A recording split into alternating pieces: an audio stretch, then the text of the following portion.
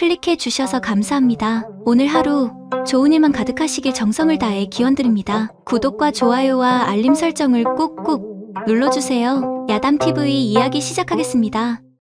조선 후기 강원도 깊은 산골마을은 예로부터 산신령의 땅으로 불리던 곳이었습니다. 거대한 산들이 마을을 감싸고 있었고 마을 사람들은 대대로 산신령을 모시며 평화롭게 살아왔지요. 특히 이 마을에는 오래된 전설이 하나 있었습니다. 바로 산신령과 인간 여인 사이에서 태어난 아이가 있다는 것입니다. 그 아이는 반은 신이고 반은 인간이라 하여 평범한 사람들과는 달리 산의 생명들과 교감할 수 있고 곰들과 이야기를 나눌 수 있다고 전해졌는데 그 아이가 바로 우리 이야기의 주인공 곰 사냥꾼 웅치랍니다. 우연히 산속에서 만난 거칠고 투박한 곰 사냥꾼 웅치와 몰락한 양반가의 고운 처녀의 만남이 불러온 파란만장한 인생 역전의 서사가 지금부터 펼쳐집니다. 강원도 한 골짜기, 바람은 매섭고 눈은 허리까지 차올랐습니다. 이런 날씨에 산행을 하는 이는 드물었으나 붉은 솥대 마을의 양반과 처녀 강소리는 병든 할머니를 위해 산삼을 구하려 험한 산을 오르고 있었습니다. 할머니, 이번만 약을 지어드리면 병원이 나으실 거예요. 제가 꼭 좋은 산삼을 찾아올게요. 강소리는 15살 때 부모님을 잃고 할머니 손에 자랐는데 이제 20살이 된 강소리는 병원으로 누워 계신 할머니를 간호하며 살았지요. 할머니는 강소리의 유일한 가족이었고 할머니가 위독해지자 강소리는 비싼 값에 살 수 없는 산삼을 직접 구하려 눈 내리는 산을 올랐습니다. 아이고, 이 눈은 또 언제 그치려나. 날은 어두워지는데 큰일이네. 강소리가 산을 헤매던 그때 하늘이 더욱 어두워지며 눈보라가 거세게 불기 시작했습니다. 잔길은 이내 사라지고 방향 감각을 잃은 강소리는 점점 두려움에 떨기 시작했지요. 어머니, 아버지, 저 이제 어쩌면 좋을까요?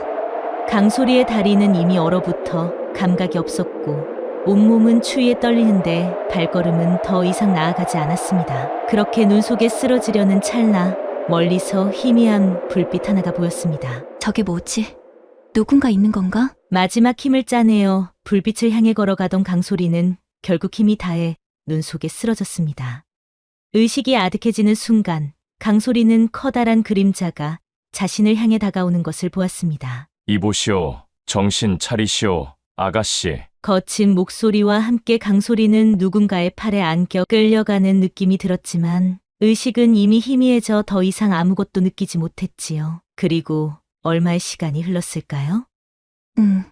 여긴 어디지? 강소리가 눈을 떴을 때 그녀는 낯선 산막 안에 누워 있었는데 작은 초 하나가 희미하게 방을 밝히고 있었고 그 앞에는 커다란 사내가 등을 돌린 채 무언가를 만지작거리고 있었습니다. 드디어 깨어나셨군요. 그 사내가 몸을 돌려 강소리를 바라보았는데 검은 수염과 거친 얼굴, 두꺼운 가죽옷을 입은 사내는 마치 산속의 짐승처럼 보였는데 그의 눈빛은 의외로 따뜻했습니다. 또 누구세요? 강소리가 몸을 일으키려 하자 저도 모르게 신음이 새어나왔고 그제야 자신의 옷이 바뀌어 있다는 것을 알아채며 황급히 이불을 끌어당겨 몸을 가렸지요. 진정하시오. 난 웅치라 불리는 사냥꾼일 뿐이오. 아가씨가 눈 속에 쓰러져 있길래 데려온 것이지. 옷은 어쩔 수 없었소. 다 얼어붙어서 그대로 두었다간 동상으로 발을 자를 뻔했소. 이거 드시오. 몸에 열이 나는데 열을 내려야 하오. 강소리는 두려움에 떨면서도 물그릇을 받아 한 모금 마셨습니다. 쓴맛이 났지만 몸에 열이 확 오르는 것이 느껴졌지요. 할머니 산삼을 찾아야 해요. 산삼이라. 웅치는 구석에 있던 주머니를 가져와 열었는데 그 안에는 작은 산삼 몇 뿌리가 들어 있었지요. 이거면 되겠소? 운이 좋았소. 어제 각 캔 것들인데 산신령이 아가씨를 도우려 보낸 것인지도 모르겠소. 강소리의 눈에 눈물이 고였습니다. 할머니를 위해 목숨까지 걸었던 산삼을 이렇게 쉽게 얻게 되다니. 고맙습니다. 값을 치르겠습니다. 저희 집은 비록 가세가 기울었지만 웅치는 손을 저으며 고개를 저었습니다. 값이라니요. 사람 목숨 구한 것에 무슨 값을 받겠소. 그저 아가씨가 마을로 돌아갈 수 있을 때까지만 이곳에 머무르시오. 밖은 아직 눈보라가 거세니. 그날 밤 강소리는 낯선 사냥꾼의 산막에서 잠을 청했습니다. 웅치는 방 밖에서 잠을 자겠다며 나갔고 강소리는 그의 배려에 감사함을 느꼈습니다. 그러나 그녀는 알지 못했습니다. 이 만남이 그녀의 인생을 완전히 바꿔놓게 될 것이라는 사실을. 사흘이 지나고 눈이 그치자 웅치는 강소리를 마을로 데려다 주기로 했습니다. 산삼도 정성껏 싸서 강소리에게 건넸죠. 이걸로 할머니께서 곧 나으실 거요. 웅치는 말없이 앞장서서 산길을 내려갔습니다. 그의 등 뒤로 햇살이 비춰 더욱 커다란 그림자를 만들어내었고 강소리는 그런 웅치의 모습을 보며 묘한 감정을 느꼈지요. 마을 어귀에 도착했을 때 웅치는 발걸음을 멈추었습니다. 여기까지만 가겠소. 난 마을 사람들과 어울리지 않는 게 좋아서 말이오. 강소리는 고개를 끄덕였습니다. 그러고는 무언가 생각난 듯 품에서 비단 손수건을 꺼냈는데 그것은 강소리의 어머니가 남긴 유일한 물건이었습니다. 이건 제 마음입니다. 받아주세요. 웅치는 망설이다가 손수건을 받으려 손을 내밀었는데 거친 손가락이 강소리의 손에 스치자 그녀는 가슴이 두근거림을 느꼈지요. 고맙소. 그런데 아가씨, 이름은 무엇이오? 강소리라고 합니다. 붉은 소떼 마을 양반가의 외동딸입니다. 양반가 규수라니 그는 자신의 신분을 더욱 의식하며 한 걸음 물러났습니다. 낭자. 그럼 이만 가보시오. 할머니께서 기다리겠소. 말을 끝내고 웅치는 서둘러 돌아섰고 강소리는 그의 뒷모습을 바라보다가 마을로 향했습니다. 그런데 마을에 도착한 강소리는 사람들의 이상한 시선을 느꼈는데 모두들 수군거리며 그녀를 쳐다보며 한마디씩 던졌지요. 저기 오는 게 강판선의 손녀 아니오? 그런데 사흘이나 행방불명이었다가 갑자기 나타났다네. 설마 웬 사내에게 봉변이라도 당하지 않았나 몰라. 강소리는 고개를 숙이고 더 빨리 걸었는데 집에 도착하자 할머니의 병환을 돌보던 김씨 할배가 깜짝 놀라 달려왔지요. 아이고, 아가씨, 살아 계셨군요. 다들 죽었다고 생각했어요. 김할배, 할머니는 어떠세요? 더 위중해지셨어요. 빨리 들어가 보세요. 강소리는 황급히 방으로 들어갔습니다. 할머니는 창백한 얼굴로 누워 계셨고 숨이 가늘었지요. 할머니, 산삼 가져왔어요. 이제 나으실 거예요. 소리야, 괜찮니? 그동안 어디 있었던 게냐? 할머니, 지금 약을 지어드릴게요. 금방 나으실 거예요. 하지만 강소리가 방을 나서려는 순간 마당에서 요란한 소리가 들렸습니다. 강판선의 손녀가 돌아왔다고? 어서 내가 봐야겠소. 마당으로 쏟아져 들어온 것은 마을의 사람들이었는데 그들 중에는 마을 사또도 있었고 강소리와 혼인 이야기가 나왔던 부자 한량 최익재도 있었습니다. 강소리, 사흘 동안 어디 있었느냐? 내가 산에서 안 보인다 하여 모두들 찾아다녔다. 사또가 단호한 목소리로 물었습니다. 눈보라의 길을 잃고 쓰러졌는데 웅치라는 사냥꾼이 저를 구해주었습니다. 그의 산막에서 눈이 그칠 때까지 머물렀을 뿐입니다. 이 말에 사람들은 더욱 시끄럽게 소란을 피웠습니다. 웅치, 그 곰과 같이 산다는 괴물 같은 사냥꾼 말이냐? 아니, 양반가 교수가 그런 자의 산막에서 사흘이나 지냈다고? 이거 큰일 났구먼. 처자가 더럽혀졌을 게 분명하구먼. 최익재는 코웃음을 치며 강소리를 향해 경멸의 시선을 보냈습니다. 그래서 사흘 동안 그자와 무엇을 했느냐? 말해보거라! 무슨 말씀을... 저는 단지 목숨을 구해주신 은인과 눈이 그칠 때까지 산막에 있었을 뿐입니다. 은인이라? 집안에 누가 있었느냐? 증인이 있었느냐? 없었겠지? 최익재의 말에 사람들은 더욱 웅성거렸고 사또는 입술을 굳게 다물었다가 말했지요. 응, 이는 중대한 일이다. 양반가의 규수가 사흘이나 산골 사냥꾼과 단둘이 있었다면 이미 정절은 의심스럽다. 사또 나리, 저는 정절을 지켰습니다. 웅치 어른은 저를 구하고 보살펴 주셨을 뿐입니다. 그것을 증명할 길이 없구나. 이미 너는 더럽혀졌다. 이 마을에서 내가 시집갈 곳은 이제 없다. 제가 데려가겠습니다. 최익재가 앞으로 나서며 말했는데 그의 눈빛에는 교활한 미소가 어려 있었지요. 비록 더럽혀진 여자지만 제가 불쌍히 여겨 데려가겠습니다. 대신 강판선에 남은 땅과 재산을 모두 지참금으로 받겠소. 강소리는 몸을 떨며 바라보았지요. 최익재는 평소에도 그녀를 탐내던 차였고 강판선에 남은 재산을 노리고 있었지요. 안 돼요.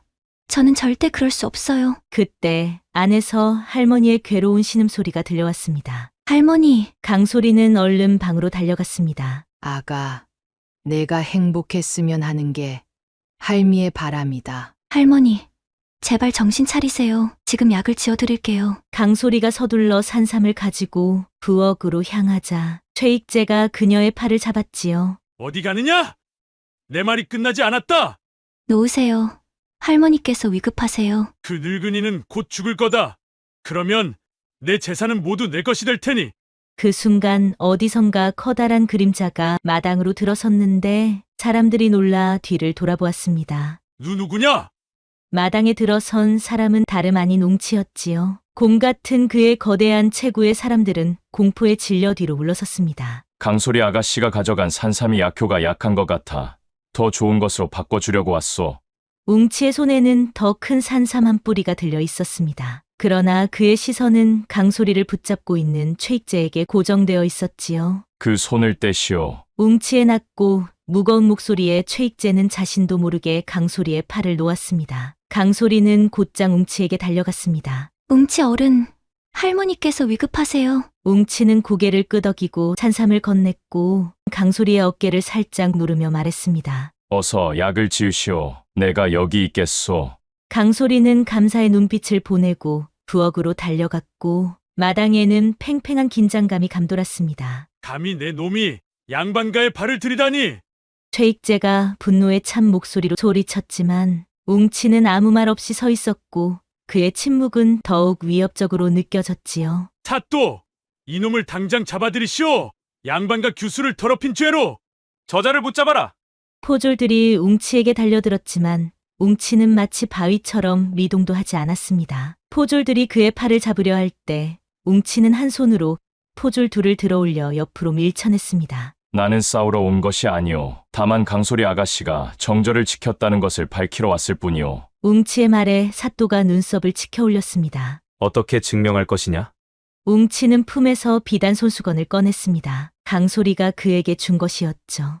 이것이 증거입니다. 이 손수건은 강소리 아가씨가 떠나면서 감사의 표시로 준 것이오. 내가 만약 그녀의 정절을 빼앗았다면 아가씨는 이런 물건을 주지 않았을 것이오. 사또는 고개를 갸웃거리며 말했답니다. 그것만으로는 부족하다. 그때 마을의 무녀 점주가 앞으로 나섰는데 그녀는 마을에서 점을 치고 약을 파는 노파였습니다. 사또나리, 저는 강소리 아가씨의 정절이 온전하다는 것을 증명할 수 있습니다. 무슨 말이냐?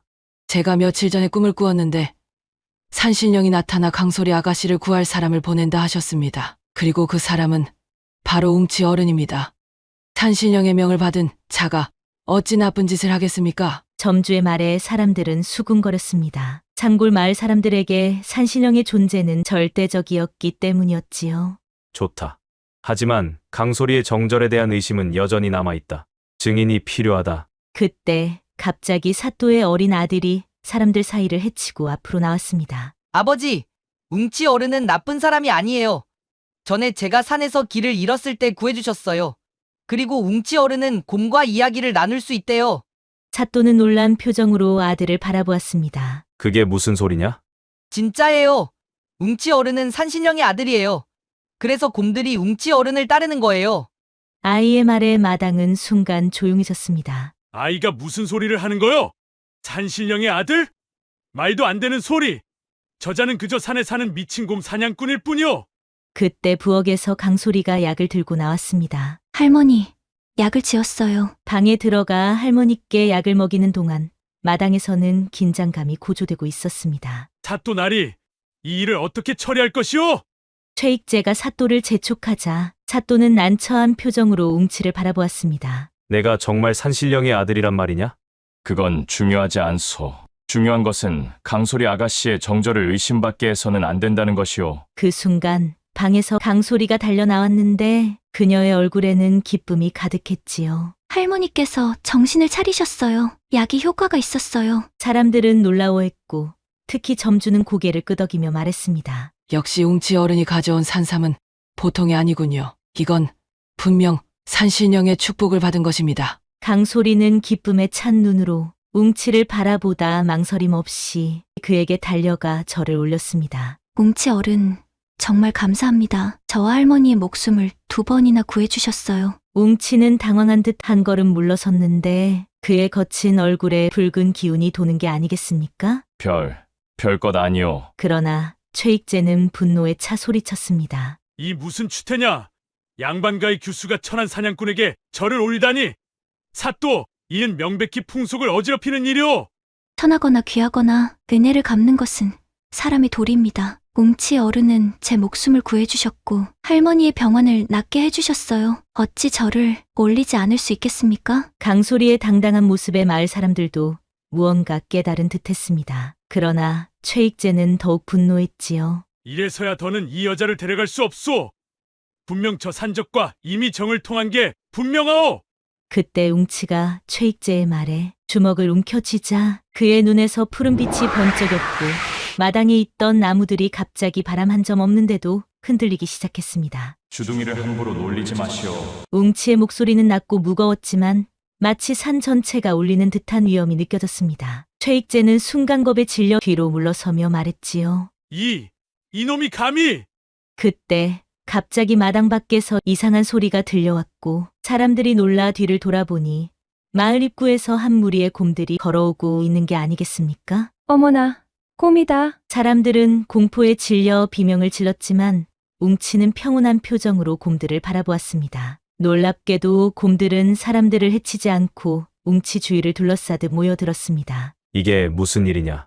사또가 떨리는 목소리로 물었습니다. 산신령의 사자들이오, 진실을 밝혀왔소. 웅치의 말에 마당은 완전히 조용해졌습니다. 그때 가장 큰 곰이 앞으로 나와 웅치 앞에 고개를 숙이자 웅치는 곰의 머리를 쓰다듬으며 무언가 속삭였고 곰은 마치 이해한 듯 고개를 끄덕였지요. 저 자가 정말 곰과 대화를 나누고 있어. 마을 사람들은 경외감에 사로잡혔고 최익재는 이제 완전히 겁에 질려 물러났습니다. 내가 산삼을 캐다가 길을 잃었을 때 저 곰들이 나를 구해주었소. 그리고 깨어보니 산신령 앞이었지. 산신령은 나에게 이 산의 모든 생명을 보살피라 명하셨소. 웅치의 말에 점주가 앞으로 나섰지요. 사또나리, 제 꿈에 나타난 분이 바로 웅치 어른입니다. 산신령의 명을 받은 분이 틀림없습니다. 사또는 한참을 고민하다가 마침내 결정을 내렸습니다. 응. 이는 분명 범상치 않은 일이다. 강소리의 정절은 의심할 여지가 없으며 웅치는 우리 마을의 수호신과 같은 존재로 대접해야 할 것이다. 미친 소리! 저자는 그저 산적일 뿐이오! 어찌 이런 말도 안 되는! 최익재의 말이 채 끝날기도 전에 갑자기 땅이 흔들리기 시작했습니다. 이게 무슨 일이냐? 산신령의 분노다. 산신령이 노하셨다. 웅치는 고개를 들어 하늘을 바라보았고 그의 눈에서는 이상한 빛이 번쩍였습니다. 산신령이 그대들의 판단을 지켜보고 계시오. 땅의 흔들림이 멈추자 사또는 이제 완전히 믿음을 가진 듯 웅치에게 공손히 절을 올렸습니다. 산신령의 아들이여, 우리 마을을 보살펴 주시면 감사하겠소. 최익재를 제외한 모든 사람들이 웅치에게 절을 올렸고 강소리는 감동의 눈물을 흘렸습니다. 웅치는 사람들을 향해 고개를 끄덕였지만 그의 시선은 끊임없이 강소리를 향하고 있었습니다. 저는 그저 이 산의 생명을 지키는 사냥꾼일 뿐입니다. 다만 강소리 아가씨의 명예가 손상되지 않기를 바랄 뿐이오. 그대의 뜻대로 될 것이오. 강소리는 어떤 누구도 그녀의 정절을 의심하지 못할 것이오. 그날 이후 할머니의 건강도 급속도로 호전되었고 집안의 운기도 점차 나아지는 듯했는데 강소리는 매일 산 쪽을 바라보며 웅치를 생각했지요. 소리야, 웅치 사냥꾼을 생각하고 있느냐? 아니에요, 할머니. 그저 거짓말 마라. 내 눈빛을 보면 다 알 수 있다. 소리야, 내가 행복해지길 바라는 것이 할미의 소원이란다. 신분이고 뭐고 내 마음이 가는 곳으로 따라가거라. 강소리의 눈에 눈물이 고였습니다. 하지만 할머니, 양반가의 교수가 어찌... 에이, 양반이 뭐고 상민이 뭐냐. 사람의 됨됨이가 중요한 것이지. 웅치 사냥꾼은 내 목숨을 구해준 은인이고 산신령의 축복을 받은 사람이다. 그보다 더 좋은 사위가 어디 있겠느냐. 그런데 그때 마당에서 다시 소란이 일었습니다. 이보시오. 강판선의 양반, 나오시오. 강소리와 할머니가 놀라 밖을 내다보니 최익재가 한 무리의 관군들을 데리고 와 있었습니다. 저 자가 무슨 짓을 하려는 거냐? 이것은 감사님의 명이다. 강소리와 웅치 사냥꾼을 체포하라는 명령이오. 강소리는 충격에 몸을 떨었습니다. 그게 무슨 말씀이시오? 우리가 무슨 죄를 지었다는 것이오? 양반가의 규수가 상민과 정을 통하는 것은 큰 죄악이지. 게다가 지방 관할을 속이고 미신을 퍼뜨려 백성들을 현혹시킨 죄 또한 크다. 최익재는 강소리를 향해 다가왔습니다. 따라오너라. 감사님께서 너희를 직접 신문하실 것이다. 이 못된 놈, 어찌 내 손녀를 함부로. 하지만 관군 하나가 할머니를 거칠게 밀쳐냈고 할머니는 쓰러져 신음했습니다. 할머니, 강소리가 할머니에게 달려갔지만 관군들이 그녀를 붙잡았습니다. 이리 끌고 가라. 그때 갑자기 산에서 커다란 울음소리가 들려왔는데 곰의 울음소리였지요. 저게 뭐요? 관군들이 놀라 주변을 둘러보았습니다. 마을 사람들이 모여들었고 사또도 급히 달려오고 있었지요. 무슨 일이오? 누가 감히 내 허락 없이 관군을 동원하였소? 이것은 감사님의 명령이오. 사또의 허락 따위는 필요 없소. 최익재가 오만하게 대답하였고 사또는 영장을 받아 살펴보더니 얼굴이 굳어졌지요. 이것은 진짜 감사님의 명의로구나. 그런데 그때 웅치가 마을로 내려오는 모습이 보였는데 그는 강소리의 집 앞에 도착하자마자 상황을 직감했습니다. 무슨 일이오? 웅치의 목소리에 관군들은 몸을 떨었고 최익재는 뻔뻔하게 그를 향해 문서를 내밀며 말했습니다. 내 놈도 체포한다. 감히 양반가의 규수를 유혹한 죄로. 웅치는 영장을 보고 눈을 가늘게 뜨며 말했습니다. 이 영장은 가짜요. 이것은 최익재의 흉계일 뿐이요. 어디 감히. 내 놈이 무슨 근거로 그런 소리를 하느냐. 강원도 감사는 이 계절에 항상 금강산에 가서 제를 올리오. 지금 감사의 관인을 찍을 수 없소. 웅치의 말에 사또가 놀라 다시 영장을 살펴보니 맞소. 이 관인은 가짜요. 최익재, 너는 감히 관인을 위조하였느냐? 이것은 그저. 최익재가 관인을 위조한 것이 밝혀지자 사또는 그를 체포하라고 명령했습니다. 이자를 감옥에 가두어라. 추후 감사님이 돌아오시면 직접 심판을 받게 할 것이야. 이럴 수는 없소. 나는 양반이요. 저 천한 사냥꾼 때문에. 관군들이 최익재를 끌고 가는 동안 웅치는 강소리에게 다가갔습니다. 다치지 않으셨소? 괜찮아요. 다만 할머니가 많이 놀라셨어요. 내가 살펴보겠소. 웅치는 할머니에게 다가가 조심스레 진맥을 했습니다. 크게 다치지는 않으셨소. 다만 충격으로 기가 약해지셨을 뿐이요. 이것을 드시면 곧 회복되실 거요. 고맙소. 젊은이. 할머니는 웅치의 손을 꼭 잡으며 말했답니다. 젊은이, 내 부탁이 있소. 우리 소리를 부탁하오. 웅치는 당황한 듯 얼굴을 붉혔고 강소리도 마찬가지로 얼굴을 붉혔지만 그녀의 눈에는 행복한 빛이 어려 있었지요. 웅치 어른, 오늘 일은 정말 감사드리오. 최익재의 악행을 밝혀내지 못했다면 큰일 날 뻔했소. 그저 진실을 밝힌 것뿐이요. 사또는 잠시 고민하다가 말을 이었습니다. 하지만 이번 일로 최익재의 가문이 가만히 있지 않을 것이오. 그들은 경성에도 세력이 있는 양반 가문이니 강소리 아가씨와 웅치 어른 모두 위험할 수 있어. 그때 할머니가 약한 목소리로 말했습니다. 산으로 가거라. 그곳이 더 안전할 것이다. 할머니 말씀이 옳소. 웅치 어른과 함께 산으로 들어가는 것이 지금으로선 최선일 듯하오. 하지만 할머니를 혼자 두고 갈 수는 없어요. 걱정 말 거라. 내가 할머니를 돌볼 것이다. 그리고 때가 되면 다시 만날 수 있을 것이다. 가거라. 이제 내 행복을 찾거라. 눈물을 머금은 강소리는 할머니에게 절을 올리고 웅치의 곁으로 갔습니다. 웅치는 무언가 결심한 듯 강소리를 바라보며 말했지요. 정말 나와 함께 가시겠소. 산 생활은 힘들고 고될 것이오. 웅치 어른이 계신 곳이라면 어디든 함께 가겠습니다. 이미 저는 마음을 정했으니까요. 웅치의 눈에 감동의 빛이 어렸고 그는 처음으로 환한 미소를 지었는데 강소리는 웅치의 미소를 처음 보았지요. 마을 사람들은 웅치와 강소리에게 음식과 옷가지를 챙겨주었고 둘이 마을을 떠날 준비를 마치자 마을 사람들은 모두 나와 배웅했습니다. 산신령의 축복이 있기를. 건강하게 지내시고 언젠가 다시 돌아오거라. 산길을 오르며 강소리는 문득 웅치에게 물었습니다. 웅치 어른, 정말 산신령의 아들인가요? 그건 아직 말씀드릴 때가 아닌 것 같소. 다만 내가 당신을 지키기 위해 목숨이라도 바칠 것이라는 사실만은 믿어주시오. 강소리는 감동했고 자신도 모르게 웅치의 손을 잡았습니다. 거친 손이었지만 그 손길은 누구보다 따뜻했지요. 그렇게 두 사람은 산으로 들어갔고 그들의 진짜 시험은 이제부터 시작되었습니다. 깊은 산속, 낯선 환경에서의 생활은 양반과 규수였던 강소리에게 큰 도전이었습니다. 하지만 그녀는 놀라운 적응력을 보여주었습니다. 웅치는 그의 산막에 강소리를 위한 공간을 마련했고 그녀에게 산에서 살아가는 법을 가르쳤습니다. 이 풀은 먹을 수 있지만 이 풀은 독이 있소.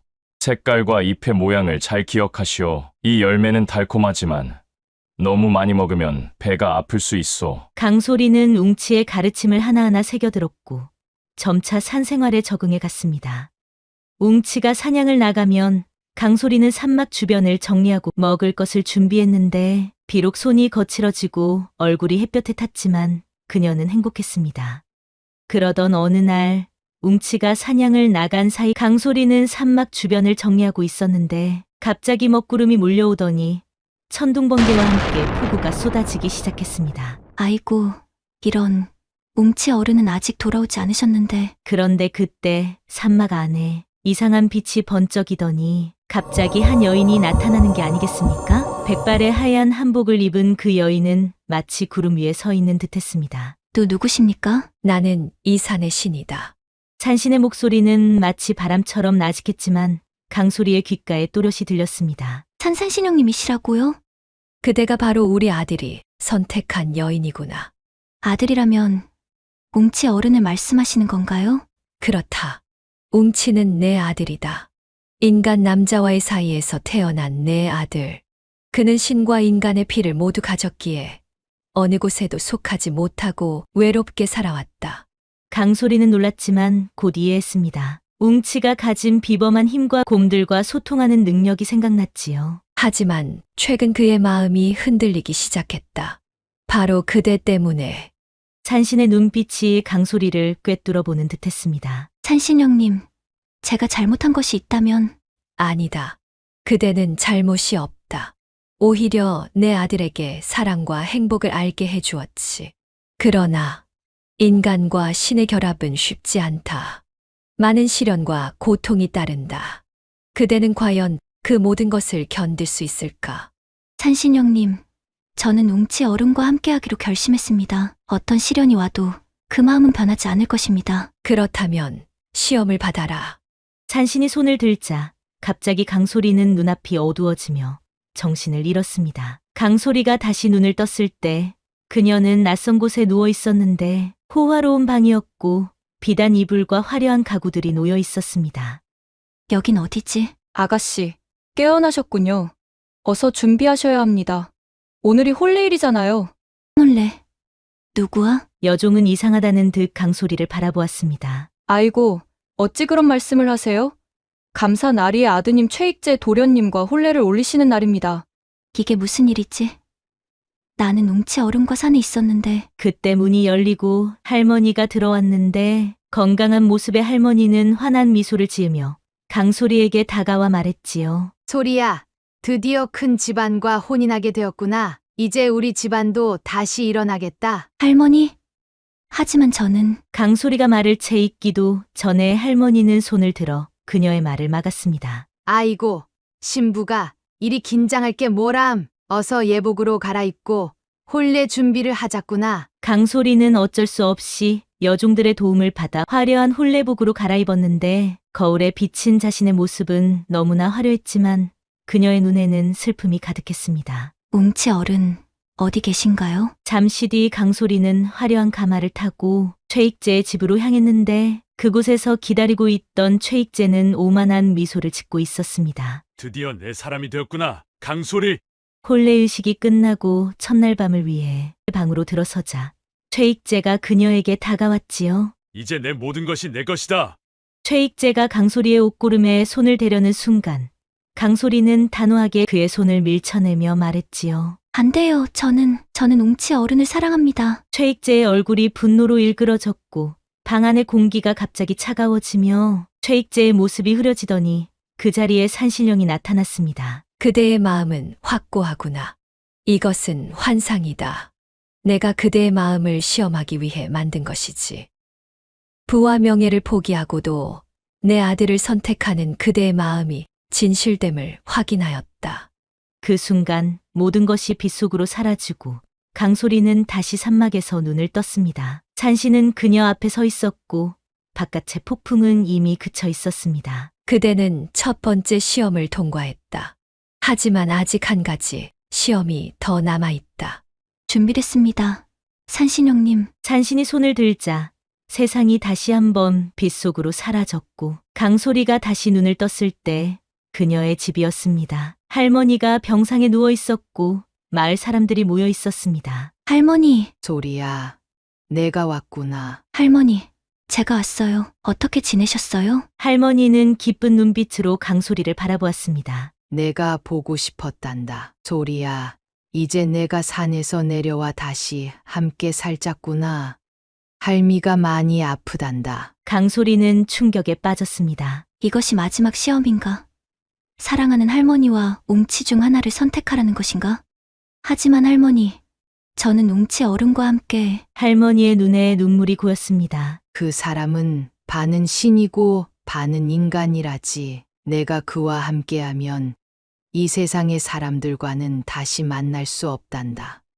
영원히 산에 살아야 한단다. 강소리는 눈물을 참으며 할머니의 손을 꼭 잡았습니다. 할머니 정말 미안해요. 그녀의 마음은 갈등으로 가득 찼습니다. 사랑하는 할머니를 두고 떠나는 것이 너무나 가슴 아팠지만 웅치에 대한 사랑도 진실했습니다. 그때 문이 열리고 웅치가 들어왔습니다.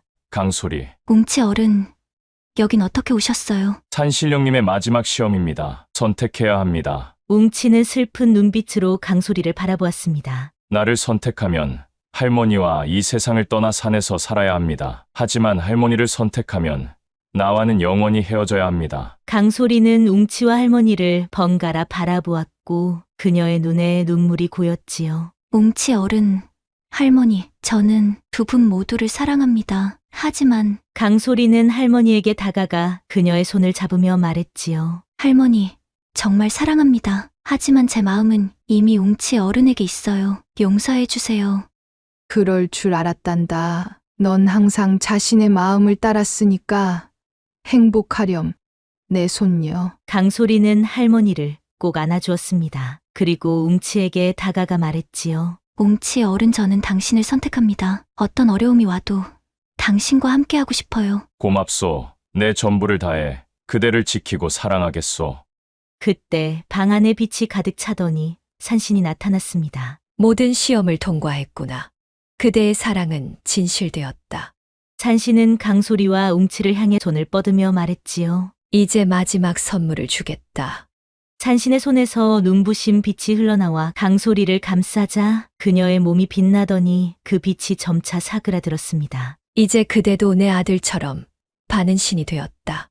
인간의 수명을 넘어 오래 살 수 있고 산의 생명들과 대화할 수 있는 능력을 갖게 되었다. 하지만 한 가지 조건이 있다. 매년 한 번 보름달이 뜨는 밤에 그대는 인간의 모습으로 마을에 내려가 할머니를 만날 수 있다. 그러나 그날 밤이 지나면 다시 산으로 돌아와야 한다. 정말 감사합니다. 산신령님. 할머니도 기쁜 눈빛으로 강소리를 바라보았습니다. 그럼 너를 또 볼 수 있는 것이냐? 네, 할머니. 매년 찾아뵐게요. 이제 환상에서 깨어날 시간이다. 웅치, 내 아들아, 그대의 배우자를 잘 보살피거라. 빛이 번쩍이며 모든 것이 사라지고 강소리는 산막에서 눈을 떴습니다. 웅치가 걱정스런 얼굴로 그녀를 내려다보고 있었지요. 강소리 아가씨, 정신이 드시오? 네, 웅치 어른. 저는 산신령님의 시험을 모두 통과했어요. 그게 무슨 말이오? 산신령님께서 제게 나타나셔서 2가지 시험을 주셨어요. 그리고 저는 그 시험을 모두 통과했어요. 어머니가 그런 시험을 주셨군요. 정말 죄송합니다. 아니에요. 산신령님은 이제 저에게 당신과 같은 축복을 주셨어요. 저도 이제 반은 신이 되었답니다. 웅치는 놀라 강소리를 바라보았는데 그녀의 눈에서는 이전과는 다른 빛이 느껴졌지요. 그렇다면 그대도 이제 네. 당신과 함께 오래오래 살 수 있게 되었어요. 그리고 매년 한 번 할머니를 만날 수도 있대요. 그날 밤 웅치와 강소리는 산신에게 혼례를 올렸습니다. 모든 산의 생명들이 모여 그들의 결합을 축하했고 달빛 아래 두 사람은 서로에게 영원한 사랑을 맹세했습니다. 내 생애 끝까지 그대를 사랑하고 보호하겠소. 저도 마찬가지예요. 영원히 당신 곁에 있을게요. 그렇게 둘은 하나가 되었고 그 밤 산 전체가 기쁨으로 가득 찼지요. 그렇게 세월이 흘러 웅치와 강소리는 산의 수호신이 되었습니다. 그리고 열리지처럼 두 사람의 사랑은 서로 다른 세계에서 온 가지가 하나로 얽혀 더 강해졌습니다. 신분과 환경을 뛰어넘은 이 사랑 이야기는 우리에게 진정한 마음으로 서로를 이해하고 받아들일 때 어떤 어려움도 이겨낼 수 있다는 교훈을 줍니다. 아이고, 또 밤이로구나. 황해도 평산 땅 끝자락 달빛이 스민 초라한 초가집 안 배틀을 짜던 처녀는 실타래를 내려놓으며 한숨을 내쉬었습니다. 창밖으로는 산 그림자가 길게 드리워져 있었고 멀리서 부엉이 울음소리만이 정막을 깨뜨렸지요. 그녀의 이름은 서연. 20세 꽃다운 나이였지만 앙상한 뺨과 야윈 손가락은 그녀의 고단한 삶을 말해주고 있었습니다. 배틀 앞에서 보낸 시간이 너무 길어 그녀의 손가락은 굳어 있었고 가는 실을 다루느라 여린 손끝은 항상 갈라져 있었지요. 어머니, 약타려 드릴 수지 다 떨어졌는데 또 장에 나가봐야겠네. 방 안쪽에서는 오래된 병을 앓고 있는 노모가 기침을 하고 있었습니다. 칠흑 같은 저녁이 되자 서연은 허름한 치마 저고리를 여미고 숯을 사러 마을로 향했습니다. 아이고, 괜히 늦게 나왔나. 비가 오려는 것 같은데. 서연은 고개를 들어 하늘을 바라보았습니다. 먹장구름이 산자락처럼 달을 가리고 있었고 바람은 점점 더 거세져 그녀의 치맛자락을 흔들었습니다. 장을 보고 돌아오는 길, 예상대로 비가 쏟아지기 시작했습니다. 집 앞에 도착한 서연은 문을 열려다 멈칫했는데 장독대 옆에 낯선 그림자가 있었던 것입니다. 서연은 겁에 질려 뒤로 물러서며 말했지요. 아니, 거기 누구세요? 춥소. 그냥 좀 비를 피하려 했을 뿐이오. 자네는 검은 갓을 깊게 눌러쓰고 있었고 목소리는 저음에 떨림이 가득했지요. 그의 옷은 흠뻑 젖어 있었고 그 아래로 붉은 무언가가 비쳤는데 눈을 가늘게 뜨고 자세히 보니 사내의 손에서 피가 흐르고 있었습니다. 서연은 선뜻 대꾸하지 못했습니다. 이 산골짜기엔 밤중에 사람도 개도 다 문을 걸어 잠그는데 이 낯선 자는 마치 이승의 사람이 아닌 듯한 분위기였거든요. 그러나 사내는 그저 비참해 보였을 뿐 그의 눈빛에 깃든 슬픔과 고독이 서연의 마음을 흔들었습니다. 손에 피가 나는데 어디 다쳤어요? 괜찮소. 그냥 베었을 뿐이오. 사내는 무심한 듯 대답했지만 그의 손은 계속해서 떨리고 있었습니다. 천지가 캄캄하고 비는 쏟아지는데 이 사내를 내쫓을 수도 없는 노릇이었습니다. 결국 서연은 한참을 망설이다 문간에 마른 장작을 몇 개를 놓으며 말했지요. 그럼 불을 피우세요. 날씨가 이리 추운데 얼어 죽어요. 고맙소. 그 말에 사내는 서연을 바라보았고 그 순간 서연은 심장이 벌컥 내려앉는 걸 느꼈습니다. 사내의 눈은 평범한 사람의 것과 달랐습니다. 깊고 검푸른 그 눈동자는 마치 오랜 세월의 한을 담고 있는 듯했지요. 저 눈빛은 사람의 것이 아닌 것 같은데. 하지만 그녀는 고개를 돌려 초가집 안으로 들어갔습니다. 방 안에 들어간 서연은 젖은 옷을 갈아입고 어머니의 이불을 덮어드렸습니다. 하지만 그날 밤 서연은 깊은 잠에 들지 못했지요. 창문 너머에서 들려오는 장작 타는 소리에 자꾸만 그 사내의 눈빛이 떠올랐기 때문입니다. 누굴까? 평산 땅에서 본 적 없는 얼굴인데. 서연의 머릿속은 온통 그 낯선 사내로 가득 찼습니다. 그의 슬픈 눈동자, 그의 떨리는 목소리, 그리고 손에서 흐르던 붉은 피. 다음 날 아침, 이상하게도 서연의 배틀 앞에는 정갈이 접힌 은비단 조각 하나가 놓여 있었습니다. 서연은 놀라서 그 비단을 손에 들었는데 손끝에 닿는 감촉이 놀랍도록 부드러웠고 아침 햇살에 비친 비단은 은은한 광채를 내고 있었습니다. 어머니, 이거 어제 제가 짠 건 아닌 것 같사온데요. 어머니는 깜짝 놀라며 비단을 자세히 살펴보았습니다. 응, 저건 아주 예전에 내 아비가 남긴 마지막 무명이었는데 어디서 찾은 것이냐? 서연의 눈이 커졌습니다. 아버지가 세상을 떠난 지 벌써 5년, 그가 남긴 물건이라곤 몇 개 안 되었고 이 비단도 그 중 하나였던 것입니다. 설마 어제 사내가? 서연은 배틀 주변을 꼼꼼히 살펴보았습니다. 그런데 배틀 아래에는 미세한 물방울 자국이 있었고 그 주변에 붉은 얼룩도 보였습니다. 마치 누군가 밤새 이곳에 앉아 비단을 짠 듯한 흔적이었지요. 이게 대체 무슨 일이람? 서연은 장독대로 나가보았지만 어제의 사내는 어디에도 보이지 않았습니다. 그저 불탄 장작과 흩어진 재만이 그가 있었음을 증명해 줄 뿐이었지요. 그날 이후 매일 밤 장독대 옆에는 그 사내의 그림자가 어른거렸고 서연의 배틀에는 신비한 무늬의 비단이 하루에 한 폭씩 생겨났지요. 서연은 처음에는 두려워했지만 점차 그 사내의 존재가 익숙해졌고 심지어 그를 기다리는 자신을 발견하기도 했습니다. 이건 무슨 일이람? 내가 왜 그 사람을 기다리지?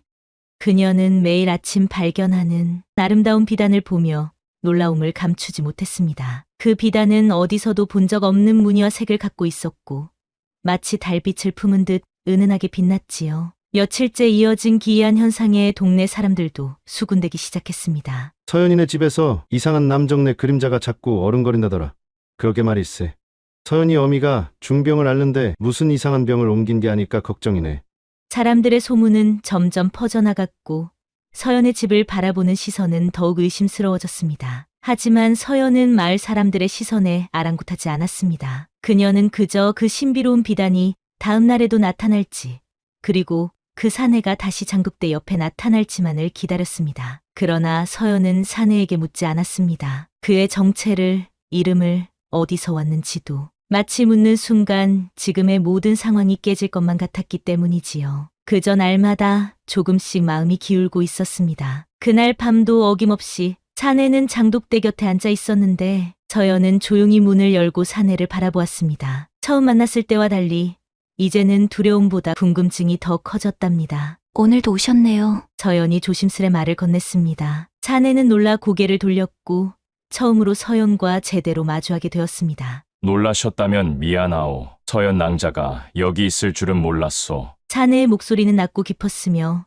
달빛에 비친 그의 얼굴은 창백하지만 선이 고운 모습이었습니다. 30을 넘은 듯 보였지만 눈빛은 마치 오랜 세월을 살아온 노인의 것 같았지요. 매일 밤 우리 배틀 앞에 비단이 생겨나는데 혹시 당신 작품인가요? 사내는 잠시 침묵하다가 말없이 고개를 끄덕였습니다. 서연은 가슴이 두근거렸습니다. 이제야 의문이 풀린 듯 했지요. 정말 놀라워요. 그렇게 아름다운 비단을 어떻게 짜시는 건가요? 말없이 타오르는 불빛 속에서 고요한 음성이 흘러나왔습니다. 아니오. 그런데 낭자께서는 배틀을 잘 다루시더이다. 솜씨가 고운 손이오. 서연은 화들짝 놀랐습니다. 그가 자신의 배틀 짜는 모습을 본 적이 있다는 말에 당황했지요. 그걸 어찌 보았어요? 매일 봤으니 아는 것이지요. 당신이 배를 짜는 동안 나는 바람처럼 그 곁을 서성였소. 그럼 당신은 대체 누구세요? 낮에는 그림자도 없고 마을 사람들도 모르던데. 사내는 잠시 침묵하다가 배틀에 걸린 은비단을 쳐다보며 입을 열었습니다. 내 이름은 진웅이라 하오.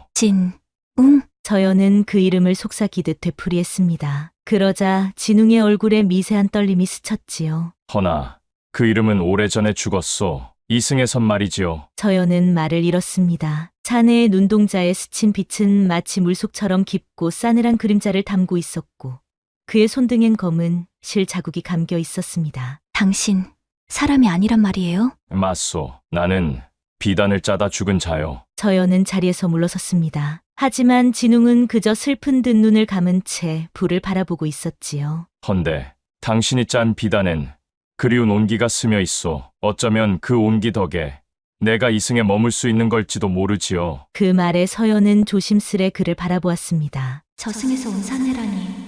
그런데 어찌 이리 사람 같은지. 그날 밤 서연은 잠을 이루지 못했습니다. 진웅과의 대화가 머릿속을 맴돌았고 그의 정체에 대한 궁금증으로 가득 찼습니다. 그때 갑자기 어머니의 기침 소리가 방 안을 가득 채웠습니다.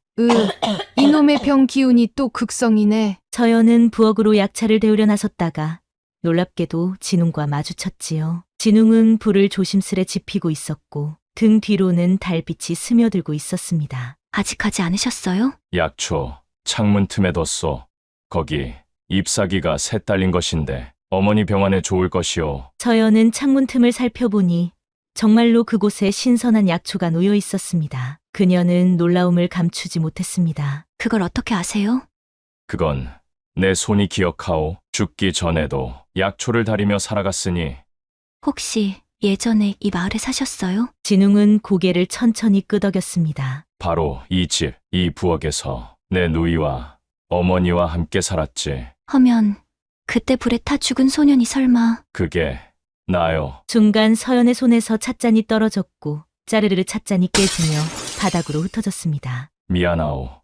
놀라게 했소. 서연은 떨리는 손으로 조각난 찻잔을 주우려 했으나 진웅이 조용히 손을 잡았습니다. 손 다치오. 그 손길은 차갑지만 부드러웠고 어딘지 모르게 위로처럼 느껴지며 그의 손길에 가슴이 간질거렸습니다. 그런데 당신, 지금은 왜 돌아왔어요? 진웅은 조용히 말했습니다. 이 집엔 아직 풀리지 못한 매듭이 남아 있으니 그 말을 끝으로 진웅은 다시 바람처럼 사라졌습니다. 서연은 창문 틈에 놓인 약초를 집어들고 한참을 바라보았습니다. 진웅이 말한 풀리지 못한 매듭이 무엇일지 궁금했지만 지금은 어머니의 약을 먼저 다려야 했습니다. 서연은 진웅이 준 약초로 약차를 다려 어머니께 드렸는데 어머니는 약차를 마시고 깊은 잠에 들었고 놀랍게도 그날 밤부터 기침이 줄어들기 시작했지요. 그렇게 며칠 뒤 서연의 어머니는 갑자기 상태가 호전되기 시작했습니다. 진웅이 전해준 약초 덕분이었지요. 이게 무슨 기적이냐, 서연아.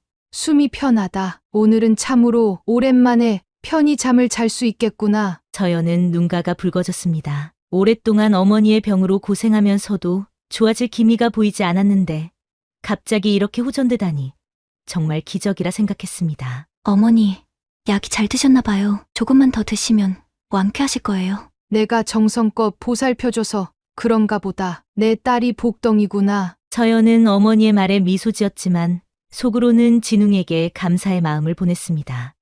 그리고 그날 밤 진웅에게 조심스레 물었지요. 진웅, 그때 불은 왜 났어요? 진웅은 천천히 입을 열었습니다. 그의 눈에는 오래된 슬픔이 깃들어 있었습니다. 그날도 내가 배틀을 짜고 있었소. 어머니는 감기를 앓고 계셨고 누이는 시장에서 늦게 돌아오고 있었지요. 허나 술 취한 한 사내가 우리 집에 불을 질렀소. 술에 취해 여인을 찾던 그 사내는 우리 집을 비단 짜는 기생집이라 착각했지요. 그게 누구죠? 진웅은 그제야 이를 악물고 말했습니다. 지금 그대와 혼처가 오간 그 집안에서 도련님이라 불리는 자요.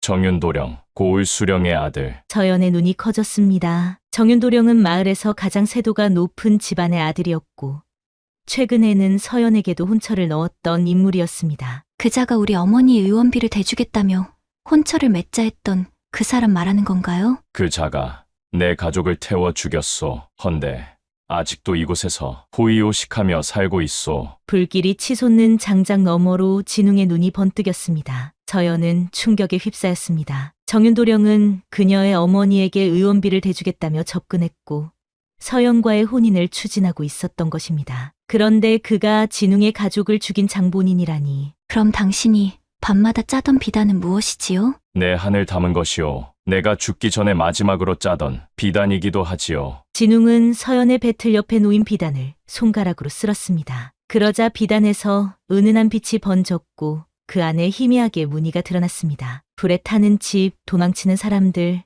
그리고 웃고 있는 정윤도령의 모습이 마치 그림처럼 비단에 새겨져 있었습니다. 이것은 진실이오. 비단에 새겨진 진실. 이게 당신이 말한 풀리지 못한 매듭인가요? 진웅은 고개를 끄덕였습니다. 내 한을 풀어줄 사람을 기다렸소. 그리고 나를 이승에 붙잡아둘 마음의 주인을. 서연은 그의 말에 가슴이 쿵쾅거렸습니다. 어떤 의미인지 묻고 싶었지만 동이 틀 시간이 다가오자 진웅은 다시 안개처럼 사라졌습니다. 그가 사라진 자리에는 붉은 실타래 하나만이 남아 있었지요. 풀리지 못한 매듭, 그리고 진실이라. 서연은 그날 밤 이후로 진웅의 이야기 그리고 비단에 새겨진 끔찍한 진실이 그녀의 마음을 무겁게 짓눌렀습니다. 한편으로는 정윤도령에 대한 두려움이 있었고 다른 한편으로는 진웅에 대한 묘한 감정이 자라나고 있었지요. 그런데 다음 날 아침 정윤도령이 서연의 집을 찾아왔는데 화려한 비단 옷을 차려입은 그는 여전히 오만한 표정으로 사람들을 내려다보고 있었지요. 서연낭자, 요즘 마을에서 뒷말이 만소이다. 밤마다 누군가와 눈이 맞았다고들 하오. 허튼 소문입니다. 서연은 애써 태연한 척했지만 그녀의 손은 떨리고 있었습니다. 눈앞에 이 사람이 진웅의 가족을 죽인 장본인이라는 사실을 알게 된 이상 예전처럼 평온하게 대할 수 없었지요. 허튼 소문이라면 이 집을 뒤져보아도 괜찮겠지요? 정윤도령의 입가엔 비릿한 미소가 흘렀고 그의 수하들이 이미 마당을 뒤지고 있었습니다. 어머님 병원이 중하신데 집안을 뒤지는 건 너무하지 않습니까? 그렇게 거절하니 더 의심스러워지는군. 혹시 숨기는 게 있나? 정윤도령은 서연의 방으로 성큼성큼 걸어 들어갔습니다. 서연은 겁에 질려 따라갔지요. 정윤도령은 방 안을 둘러보다가 배틀 앞에 놓인 비단을 발견했습니다. 이거 어디서 나온 비단이지?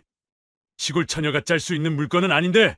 정윤도령이 비단을 집어들자 놀랍게도 비단에서 은은한 빛이 번졌습니다. 그리고 그 빛 속에서 희미하게 나타난 그림, 불타는 집과 도망치는 사람들. 이게 뭐지? 정윤도령의 얼굴이 창백해졌는데 비단에 새겨진 그림을 보고 그는 충격을 받은 듯했습니다. 이것은 내가 짠 비단입니다. 서연이 담담하게 말했습니다. 밤마다 꿈속에서 보는 장면들을 비단에 담았지요. 정윤도령은 그녀를 의심스럽게 바라보았습니다. 꿈? 무슨 꿈? 화재에 관한 꿈입니다. 10년 전 바로 이 집에서. 서연의 말에 정윤도령은 안색이 더욱 창백해지더니 비단을 떨어뜨리며 격분했습니다. 내가 뭘 안다고 그런 소리를 하느냐?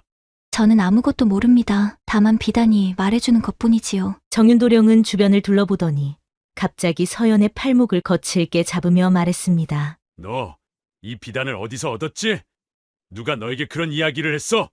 놓으세요. 서연이 말했지만 정윤도령은 그녀의 팔을 더욱 세게 움켜쥐며 말했지요. 나와 함께 가자. 내가 이상한 귀신에게 홀린 것 같구나. 무당을 불러 굿을 해야겠어. 싫어요. 놓아주세요. 서연이 몸부림치는 순간 유난히 차가운 바람이 불어와 방문이 거세게 열렸다 닫혔습니다. 이게 무슨 일이냐? 정윤도령이 주변을 둘러보았을 때 배틀이 저절로 움직이는 게 아니겠습니까? 드르륵 드르륵. 방 안에는 아무도 없었지만 배틀은 마치 보이지 않는 손에 의해 움직이는 것 같았는데 실이 가로지르고 북이 움직이고 비단이 짜여 나가는 소리만이 들렸는데 겁에 질린 정윤도령은 서연의 팔을 놓고 뒷걸음질치며 비명을 질렀지요. 귀신이 씌었어. 이게 다 내 짓이지? 아니에요. 이건 서연의 말이 채 끝나기도 전에 방 한쪽에서 어둠이 모여들더니 진웅의 형체가 서서히 나타났습니다. 그의 눈은 차갑게 빛났고 손에는 붉은 실타래를 들고 있었습니다. 정윤도령. 진웅의 목소리가 온 방에 울려 퍼졌습니다. 10년 전 불 속에서 내가 한 마지막 맹세를 기억하오? 정윤도령의 눈이 공포로 커졌습니다. 내 놈은 넌 이미 죽었잖아. 그래, 난 죽었소. 하지만 한이 풀리지 않아. 이승에 묶여 있었소. 그 한은 바로 당신이 저지른 죄 때문이오. 정윤도령은 허겁지겁 방문을 향해 달려갔지만 문은 굳게 닫혀 있었습니다. 그가 문을 열려고 발버둥 치는 동안 진웅은 천천히 다가가며 말했지요. 두려워하지 마시오. 나는 당신을 해치려는 게 아니오. 다만 진실이 밝혀지길 바랄 뿐이오. 진웅은 손에 든 붉은 실을 정윤도령의 목에 가져다 댔습니다. 그러자 정윤도령은 눈을 부릅뜨더니 갑자기 무릎을 꿇고 울부짖기 시작했지요. 제발 그만둬. 용서해줘. 내가 잘못했어. 서연은 놀란 눈으로 상황을 지켜보았습니다. 정윤도령의 눈에서는 눈물이 흘러내렸고 그의 몸은 격렬하게 떨고 있었습니다. 나 때문이야. 그때 술에 취해서 장난으로 불을 질렀어. 사람들이 안에 있는 줄 몰랐어. 용서해줘. 정윤도령의 고백은 울음소리와 함께 끊겼습니다. 그는 바닥에 엎드려 흐느꼈고 진웅은 그저 조용히 그를 내려다보며 말했습니다. 진실을 모두에게 밝히시오. 그것만이 당신이 용서받을 수 있는 길이오. 진웅의 말이 끝나자마자 밖에서 달 울음소리가 들렸고 그의 형체는 서서히 희미해지기 시작했습니다. 그가 완전히 사라지기 전 서연은 그의 손을 잡으려 했지만 그녀의 손은 허공을 가로질렀을 뿐이었고 정윤도령과 그의 부하들은 혼비백산하여 달아났지요. 모든 것이 끝난 뒤 서연은 진웅에게 달려갔습니다. 이제 떠나세요? 진웅은 조용히 미소를 지었습니다. 아직은 아니오. 당신이 짜는 비단이 나를 이승에 묶어두고 있소. 그렇게 그날 진실이 밝혀지고 한 달쯤 지났을 때였습니다. 서연에게 또 하나의 시련이 찾아왔습니다. 그녀의 어머니가 갑자기 병세가 악화된 것입니다. 서연아, 내가 얼마 못 살 것 같구나. 어머니, 그런 말씀 마세요. 제가 어떻게든 약을 구해올게요. 서연은 밤낮으로 어머니의 병을 치료하기 위해 약초를 찾아다녔습니다. 진웅이 전에 알려준 약초도 더 이상 효과가 없었지요. 그날 밤 서연은 배틀 앞에 앉아 한숨 쉬며 말했습니다. 진웅, 당신이 필요해요. 어머니가 위독하신데 어찌하면 좋을지 모르겠어요. 그러나 진웅은 나타나지 않았고 서연은 홀로 밤을 지새웠습니다. 다음 날 그녀는 마을에서 멀리 떨어진 약초꾼을 찾아가기로 결심을 하고 잔길을 따라 하루를 걸어 마침내 도착한 약초꾼의 오두막. 그곳에는 나이 든 할머니가 살고 있었습니다. 할머니, 제 어머니가 위독하셔서 왔습니다. 도와주세요. 내 눈에서 죽은 자의 기운이 느껴지는구나. 저승에 한 발을 담근 사람과 교류했지. 네, 진실을 말씀드리자면 제가 죽은 사람과 인연을 맺었습니다. 이승과 저승을 넘나드는 인연은 위험하단다. 내 어머니의 병은 그 때문일지도 모른다. 무슨 말씀이세요? 저승의 기운이 이승 사람에게 닿으면 그 사람의 목숨을 앞당길 수 있단다. 내가 죽은 자와 맺은 인연이 내 어머니의 수명을 깎고 있는 것일 수도 있지. 서연은 충격을 받았습니다. 자신이 진웅과 가까워진 것이 어머니의 병을 악화시켰다니. 그럼 어머니를 살리려면 어떻게 해야 하죠? 어머니를 살리려면 저승과의 인연을 끊어야 한다. 그것만이 내 어머니를 살릴 수 있는 길이다. 할머니는 주머니에서 작은 부적을 꺼내 서연에게 건넸습니다. 이 부적을 집 사방에 붙이고 이 약을 어머니께 드려라. 그리고 너는 더 이상 그 죽은 자를 생각하지 마라. 그를 마음에서 지워야 한다. 서연은 부적과 약을 받아들고 집으로 돌아왔습니다. 하지만 할머니의 말대로 하기에는 너무나 가슴이 아팠지요. 진웅을 잃는다는 것은 이제 그녀에게 너무 큰 희생이었습니다. 진웅, 당신을 잊으라 하는데 어찌 그럴 수 있겠어요. 서연의 눈에서 눈물이 흘러내렸는데 그때 익숙한 목소리가 들려왔지요. 서연, 진웅, 어디 계셨어요? 알고 있소. 할머니가 한 말도 모두 들었소. 그럼 정말 제가 당신과 인연을 맺어서 어머니께 해가 되는 건가요? 그렇지 않소. 할머니의 말은 절반만 맞소. 저승의 기운이 이승 사람에게 해롭긴 하지만 당신 어머니의 병은 원래부터 있었던 것이오. 그럼 어찌해야 하나요? 내가 알려주는 곳에 가보시오. 거기에 진짜 약초가 있을 것이오. 진웅은 서연에게 특별한 장소를 알려주었고 서연은 그날 밤 바로 그곳으로 향했습니다. 달빛 아래 빛나는 작은 연못가, 그곳에는 정말로 진웅이 말한 약초가 자라고 있었습니다. 서연은 그 약초로 어머니의 약을 다렸고 놀랍게도 어머니의 상태는 급속도로 호전되었습니다. 어머니, 어떠세요? 신기하구나. 서연아, 숨이 훨씬 편하고 몸도 가볍다. 이게 무슨 약이냐? 서연은 미소 지었습니다. 좋은 분이 알려주신 약초예요. 그날 밤 서연은 장독대 앞에서 진웅을 기다렸습니다. 그를 향한 마음은 더욱 깊어졌고 어떤 희생이 따르더라도 진웅과의 인연을 지켜나가기로 결심했지요. 그날 밤 초가집은 유난히 조용했습니다. 바람 한 점 없고 달빛은 투명하게 장독대 위를 비추고 있었지요. 하지만 마을은 소란스러웠습니다. 정윤도령이 귀신을 보았다는 소문이 퍼졌고 사람들은 서연의 집을 두려움의 대상으로 바라보기 시작했습니다. 그날 밤 서연은 조용히 문을 열고 배틀방으로 들어갔는데 그곳엔 진웅이 말없이 앉아 있었습니다. 오늘은 비단을 짜지 않으시는군요. 당신이 오니 손이 멈추었소. 마음이 먼저 움직였기에. 그 말에 서연은 가슴이 철렁했습니다. 그녀도 진웅에게 점점 더 끌리고 있다는 사실을 부정할 수 없었습니다. 이승과 저승 사이의 간격을 넘어선 감정이었지요. 진웅은 천천히 그녀를 바라보며 말했습니다. 난 이미 죽은 몸이오. 허나 매일 밤 당신 곁에 앉아 있으면 살아 숨 쉬는 듯하오. 그럼 이 밤이 꿈이라 생각하세요? 꿈속에선 살아도 되는 법이니까요. 그녀는 조용히 다가가 그의 손을 잡았는데 차디찬 손, 그러나 그 속에서 전해지는 간절한 떨림이 있었습니다. 당신은 비단 같소. 겉은 곱고 고요하나 실타래 안에는 얽히고 설킨 사연이 담겨 있지요. 서연의 눈동자가 촉촉이 젖었습니다. 진웅, 오늘 밤은 날 위해 살아주세요. 진웅은 대답 대신 그녀의 손등에 입을 맞췄습니다. 그의 입술은 차가웠지만 서연의 가슴은 뜨거워졌습니다. 그 밤 배틀방엔 실한 가닥도 움직이지 않았지만 두 사람의 마음은 쉼없이 엮이고 있었지요. 처녀의 방에 이런 늦은 밤 이리 앉아 있으니 가슴이 뛰지 않을 수가 없소. 아직도 난 처녀예요. 진웅의 눈동자엔 갈등과 욕망이 번졌습니다. 이승의 여인을 사랑해서는 안 된다는 것을 알면서도 그는 서연에게 점점 더 빠져들고 있었습니다. 그 순간 서연이 살며시 웃으며 말했지요. 죽은 자라 하였으면서 이리 뜨겁게 숨쉬다니 참 이상해요. 당신이 숨을 불어넣었소. 그대 숨결이 내 몸을 깨우고 있소이다.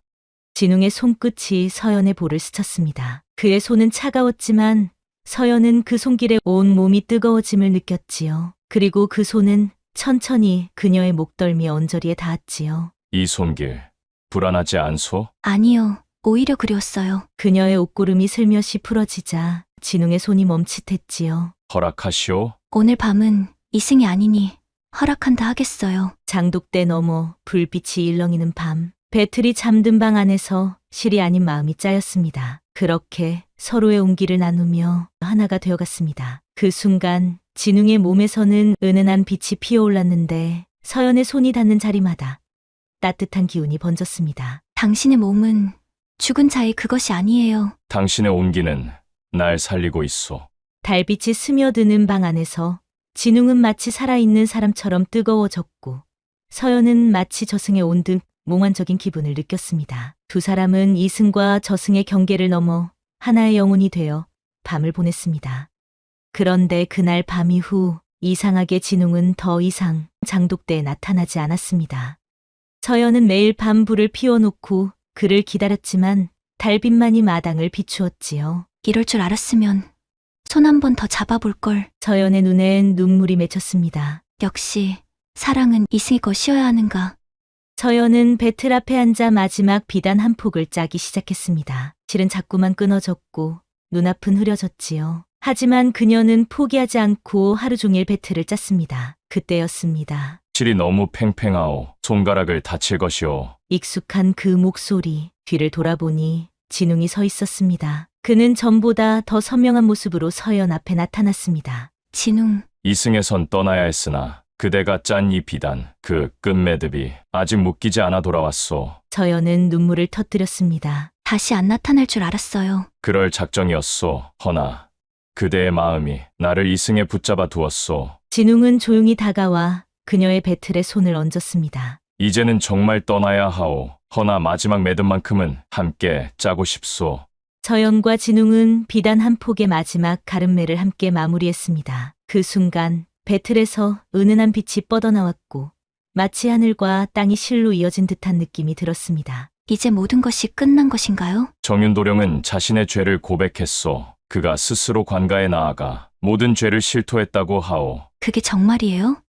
비단이 그에게 보여준 것은 진실이오. 그는 괴로워하다. 결국 자신의 죄를 인정했소. 나의 가족은 이제 편히 저승으로 갈 수 있게 되었소. 진웅의 얼굴에는 안도감이 서려 있었습니다. 그는 이제 자신의 한을 풀었고 이승에 머물 이유가 없어졌습니다. 그럼 당신도 이제 정말 떠나는 건가요? 서연, 이 몸은 죽은 자요. 허나 그대가 진심을 짜준 덕분에 나는 원한 없이 웃으며 떠날 수 있소. 진웅은 조용히 그녀의 손등에 입을 맞췄습니다. 그의 입술은 이전보다 따뜻했습니다. 진웅, 제발 떠나지 마세요. 나와 함께 있어 주세요. 내 마음은 언제나 당신 곁에 있을 것이오. 하지만 이승과 저승은 다른 곳이니. 진웅은 서연을 꼭 안아주었습니다. 그리고 그녀의 귓가에 속삭였습니다. 당신과의 하룻밤은 영원히 잊지 못할 것이오. 그리고 장독대 쪽으로 걸어나가 천천히 사라졌지요. 그가 사라진 자리엔 눈부신 은비단 한 폭과 단단히 묶인 붉은 매듭 하나가 놓여 있었습니다. 몇 달이 지난 후 정윤도령의 죄가 밝혀지면서 그의 가족은 몰락했습니다. 그리고 마을 사람들은 서연의 비단을 사기 시작했고 그녀의 솜씨를 높이 평가했습니다. 그리고 진실이 밝혀지면서 서연과 그녀의 어머니를 향한 시선도 달라져 이제는 존경받는 처지가 되었습니다. 어머니, 이제 걱정 마세요. 제 비단이 장에서 꽤 값이 나가기 시작했어요. 비단을 사러 오는 손님들이 늘면서 서연의 집안 형편은 조금씩 나아졌습니다. 어머니의 병도 차츰 호전되었고 두 사람은 예전보다 편안한 생활을 할 수 있게 되었지요. 서연아, 내가 어떻게 이런 일을 해냈는지 모르겠구나. 하지만 넌 정말 대단한 딸이야. 서연은 미소 지었습니다. 어머니에게 진웅의 이야기를 말할 수는 없었지만 그녀의 마음속에는 그가 여전히 살아 있었습니다. 이후 서연은 마을 최고의 비단장이가 되었습니다. 그녀의 비단은 저승과 이승을 잇는 실이라 불렸고 그 안에는 항상 하늘에서 내려온 듯한 은은한 빛이 담겨 있었습니다. 사람들은 그 비단을 입으면 사랑하는 이의 마음이 전해진다고 믿었지요. 그 후 여러 사람들이 서연에게 혼인을 청했지만 그녀는 모두 거절했습니다. 그녀의 마음속에는 오직 진웅만이 있었기 때문입니다. 그녀는 가끔 밤마다 장독대 옆에 불을 피워놓았지요. 그리고 그 불빛 앞에서 진웅과 보냈던 하룻밤을 떠올렸습니다. 그러던 어느 날 밤, 서연이 배틀을 짜고 있을 때 갑자기 바람이 불어 창문이 열렸습니다. 그리고 익숙한 향기가 방 안을 가득 채웠지요. 서연은 미소 지었습니다. 진웅이 그녀를 지켜보고 있다는 것을 알았기 때문이지요. 그리고 그녀의 배 안에서는 새 생명이 자라고 있었습니다. 이승과 저승 사이에서 태어난 아이. 그 아이는 어머니처럼 비단을 짜는 재능을 물려받았고 아버지처럼 신비로운 눈빛을 가지게 될 것입니다.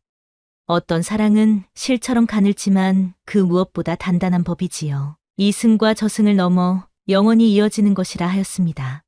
서연은 배틀에 앉아 아이를 위한 비단을 짜기 시작했습니다. 그 비단에는 진웅과의 아름다운 추억이 고스란히 담겨 있었지요.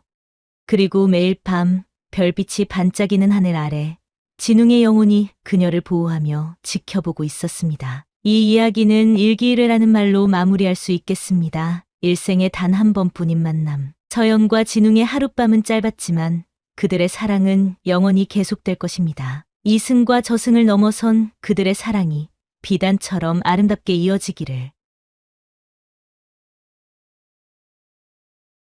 거기 조금만 더 깊이요. 백년의 가녀린 목소리가 산속에 울려 퍼집니다. 아가씨, 가만 좀 계시오. 이리 꿈틀거리시면 제가 손을 더 깊이 넣을 수가 없소이다. 이강산의 굵직한 목소리는 답답함이 잔뜩 묻어 있었습니다. 아이 참, 조금 더 세게요. 네, 그렇게. 아, 드디어 나왔네요. 백년의 얼굴에는 안도의 미소가 번졌습니다. 이렇게 작은 가시가 이토록 깊이 박혔다니 참으로 신기한 일이옵니다. 괴력의 손으로 이리 섬세하게 다룰 줄이야. 가시 빼주는 솜씨만큼 다른 솜씨도 좋으신지? 백년의 장난스러운 눈빛에 이강산의 얼굴이 붉게 물들었습니다. 이처럼 우연한 만남으로 시작된 이들의 이야기.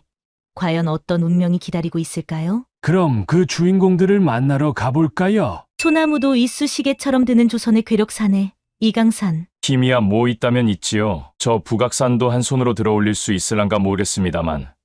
명나라에서 온 천상의 미녀, 정체를 감춘 백년공주. 아이 참, 무슨 공주람? 이 몸은 그저 꽃뱀이, 아니 꽃처럼 평범한 아가씨랍니다. 여든의 나이에 20살 청년의 무궁을 지닌 괴짜 무사 헌우인. 여든이라 하나 바지 저고리 벗겨놓으면 20살 젊은이와 다를 바 없다오. 한 번 입을 열면 죽은 사람도 살려낸다는 조선 최고의 꾀쟁이 삼봉. 말재간 하나로 범의 굴에서 살 빼고 나올 수 있지요. 다만 이 강산이의 빈 머리통만은 채울 재주가 없으니 그게 서운할 따름이라후. 명나라 권력을 소나기에 넣으려는 뱀 같은 대신 구양주. 백년공주만 사라지면 명홍실은 내 차지나 마찬가지지. 봄바람이 솔솔 불어오는 무악산 깊은 곳. 이강산은 굵은 팔뚝을 걷어붙이고 나무 껍질을 툭툭 털어냈습니다. 허리 삭신이 좀 아프긴 하지만 이번에는 이 늙은 소나무를 한번 들어볼까? 이강산은 거대한 소나무 둥치를 두 팔로 감싸 안았습니다. 그의 손에서 핏줄이 붉어지더니 거짓말처럼 땅에 깊게 뿌리내린 소나무가 쑥 뽑혀 올라왔습니다. 아니, 이놈의 나무가 하필 오늘따라 가벼워졌나?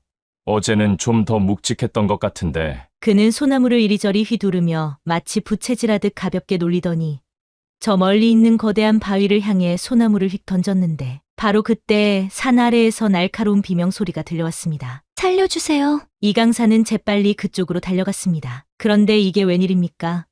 꽃잎처럼 고운 아가씨가 호랑이에게 쫓기고 있지 않겠습니까? 아가씨의 흰 저고리는 이미 찢겨져 살결이 드러나 있었고 호랑이의 발톱 자국으로 보이는 상처가 그 하얀 몸에 선명했습니다. 이런 망할 놈의 짐승! 양반과 규수를 함부로 넘보다니! 이강산은 주먹을 불끈 쥐고 호랑이를 향해 뛰어들었습니다. 호랑이는 사나운 눈빛으로 으르렁거리며 이강산에게 달려들었지요. 그런데 이게 웬일입니까? 이강산이 호랑이의 목덜미를 덥석 잡더니 마치 강아지 새끼 다루듯 회집어 들었습니다. 이놈의 호랑이! 발톱은 마을 처녀들 살점을 파먹으려고 그렇게 날카롭게 길렀나?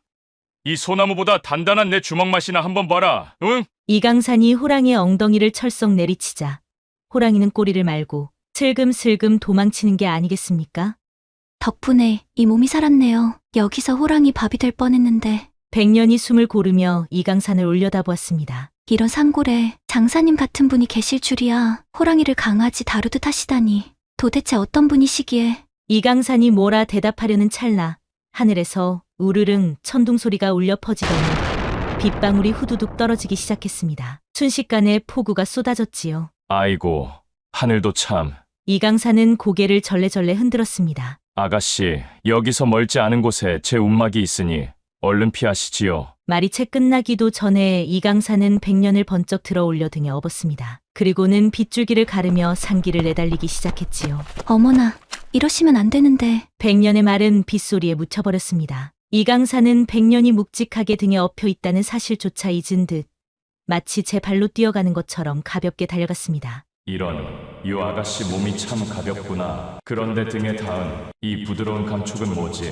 아이고매, 강산아 정신 좀 차려야겠다. 얼마 안 가 움막에 도착한 이강산은 백년을 조심스레 내려놓았습니다. 두 사람 모두 비에 흠뻑 젖었지요. 아가씨, 그 저고리가 많이 찢어졌는데 이거라도 걸치시오. 이강산은 눈을 질끈 감고 자신의 도포를 벗어 백년에게 내밀었습니다. 옷을 갈아입으셔야 할 텐데. 그러니까, 제가 밖에 있을 테니. 백년은 이강산의 당황한 모습에 빙그레 웃음을 지었습니다. 아이 참, 사내가 이렇게 수줍음을 타시다니. 호랑이는 맨손으로 때려잡으면서 처자 앞에서는 어쩌면 그리 붉게 익은 홍시 같으신지요? 이강산은 더 달아오른 얼굴로 황급히 밖으로 나가려 했습니다. 그때 백년이 그의 손목을 살짝 잡았지요. 잠시만요. 이 몸이 홀로 옷을 갈아입기엔 저고리끈이 엉켜서 도움이 필요할 것 같네요. 백년의 목소리가 꿀처럼 달콤하게 흘러나왔습니다. 이강산의 심장은 마치 장정셋이 방망이질하는 것처럼 쿵쾅거리기 시작했습니다. 그러니까 아가씨 저고리를 제가? 네. 그저 뒤에서 좀 잡아당겨 주시면 됩니다. 어려운 일은 아니지요? 이강산은 굵직한 손가락으로 백년의 젖은 저고리끈을 어루만지기 시작했습니다. 손끝이 백년의 하얀 목덜미에 살짝 닿자 그녀의 몸이 살짝 떨렸지요. 장사님, 손길이 참으로 조심스럽네요. 길이 큰 손이 이토록 부드러울 줄이야. 백년의 말에 이강산의 손이 더 떨려왔습니다. 저고리끈을 당기자 천이 스르르 벗겨지며 백년의 하얀 어깨가 드러났지요. 어머나, 이 젖은 저고리가 살에 착 달라붙어 훤히 비치는 것 같은데. 장사님, 그렇게 눈을 크게 뜨시면 안 되지요. 아니면 보고 싶은 게 더 있으신가? 백년이 고개를 획 돌려 이강산을 바라보니 그는 이미 이마에 땀방울이 송골송골 맺혀 있었습니다. 아가씨, 이건 제가. 혹시 제 몸이 그리 탐스러워 보이시나요? 백년이 도포 자락을 살짝 들어올리자 이강산은 허둥지둥 고개를 돌렸습니다. 아니 그게 아가씨 몸매가 아름다운 건 맞지만 그러니까. 장사님, 괜찮답니다. 이 몸이 농담을 한 것이니 너무 부끄러워 마시고. 하지만 이 옷은 혼자서는 벗기 어려우니 좀 더 도와주시겠어요? 이강산은 덜덜 떨리는 손으로 백년의 젖은 저고리끈을 풀어주었습니다. 다행히 큰 실수 없이 백년은 옷을 갈아입을 수 있었고 이강산은 깊은 한숨을 내쉬었지요. 이튿날 아침 백년은 이강산이 움막 앞에서 무거운 돌덩이들을 이리저리 나르는 모습을 지켜보고 있었습니다. 큰 돌덩이를 마치 콩알 짚듯 가볍게 드는 모습에 백년의 눈이 동그래졌습니다. 아이고 세상에, 장사님은 마치 관우장군 같으시네. 이런 바위는 평범한 사내라면 셋이 달라붙어도 끙끙대고 말 텐데 혼자서 마치 손뭉치 들듯이 하시니 정말 대단하시네요. 이강산은 쑥스러운 듯 머리를 긁적이며 웃었습니다. 뭐 이 정도로 놀라시오? 내 고향 충청도에서는 이거보다 더 큰 통나무를 지고 다니는 것은 아이들 장난이라오. 아니, 장사님께선 어쩌다 이리 큰 힘을 갖게 되셨소? 이강산은 돌덩이를 툭 내려놓고 턱을 문질렀습니다. 글쎄 말이오, 16살 땐가 하도 배가 고파서 이웃집 소를 통째로 삶아 먹은 적이 있는데 그때부터 힘이 생긴 것 같기도 하고. 하하하. 백년이 깜짝 놀라 입을 가렸습니다. 아니, 소를 통째로요? 거짓말. 거짓말 맞소. 하하. 그저 농담이오. 어려서부터 이렇게 힘이 좋았는데 부모님이 세상에 태어날 때부터 힘주머니를 하나 더 들고 나왔다고 하셨지라오. 그렇게 며칠이 지나자 백년의 상처도 점차 아물었습니다. 장골 움막에서의 생활이 심심했던 터라 이강산은 백년을 데리고 인근 장터로 나갔지요. 세상에나, 이리 북적대는 장터는 오래간만이네. 구경할 것도 많고. 백년은 눈을 반짝이며 말했습니다. 백년은 이것저것 구경하다 비단 장수 앞에서 걸음을 멈췄습니다. 그녀의 눈이 화려한 비단에 꽂혔지요. 어머, 이거 북경소주에서만 짜는 무늬인데 백년이 갑자기 입을 틀어막았습니다. 소주, 그게 뭐여? 술 이름인가? 이강산이 고개를 갸웃거렸습니다. 아니 그게 내가 옛날에 과수원에서 들었던 얘기랍니다. 그냥 비단이 예쁘다는 거죠. 백년의 말투가 갑자기 이상해졌습니다. 조선말을 하다가 어딘지 발음이 달라졌지요. 이강산이 이상한 눈초리로 바라보는 순간 장터 입구가 시끌벅적해졌습니다. 비키쇼, 명나라 사신단이 온다. 화려한 행렬이 장터로 들어서자 백년의 얼굴이 백지장처럼 하얘졌습니다. 손발이 부들부들 떨리기 시작했지요. 강산 씨, 갑자기 몸이 안 좋아졌어요. 어지러워요. 백년의 말투가 완전히 달라졌습니다. 명나라 말투가 그대로 튀어나온 것이지요. 이강산은 점점 의심스러운 눈빛으로 백년을 바라보았습니다. 그 순간 명나라 사신단 중 한 명이 백년을 유심히 바라보더니 다른 호위병들에게 뭔가를 속삭였습니다. 그러자 몇몇 병사들이 백년을 향해 걸어오기 시작했지요. 아가씨, 뭔가 크게 숨기고 있는 것 같은데. 이강산이 낮은 목소리로 물었습니다. 제발 저 사람들에게서 도망쳐야 해요. 나중에 다 말할게요. 하긴 입 벌리면 명나라 말이 쏟아지는 걸 보니 뭔가 있긴 있나 보네. 이강산은 백년을 번쩍 들어 등에 업고는 장터를 빠져나가기 시작했습니다. 뒤에서 병사들의 고함 소리가 들려왔지만 이강산의 발걸음은 바람처럼 빨랐지요. 잠시 후 깊은 산골에 도착한 이강산은 백년을 내려놓았습니다. 그의 얼굴은 더 이상 웃음기가 없었지요. 아가씨, 이젠 사실대로 말씀해 주시겠소. 대체 누구시길래 명나라 사신들이 저리 혈안이 된 것이오? 백년이 대답하려는 찰나 나무 위에서 쨍그랑 하는 꽹과리 소리가 들려왔습니다. 두 사람이 놀라 쳐다보니 백발의 노인이 나뭇가지 위에서 빙글빙글 돌며 내려오고 있었지요. 이게 무슨 귀신이람? 이강산이 눈을 크게 떴습니다. 노인은 발끝으로 나뭇가지를 차더니 공중제비를 3번이나 넘으며 내려오는 게 아니겠습니까? 헌호인! 백년이 반가움에 소리쳤습니다. 아이고, 우리 아가씨. 이 늙은이 속이 다 타들어갔소. 어디 다친 데는 없소. 헌호인은 착지하자마자 백년을 살피더니 갑자기 이강산에게 칼날을 겨눴습니다. 이놈, 감히 우리 아가씨를 어디로 데려가는 거냐? 내 놈의 목을 당장 떼어버리기 전에 실토하거라. 헌호인, 그만.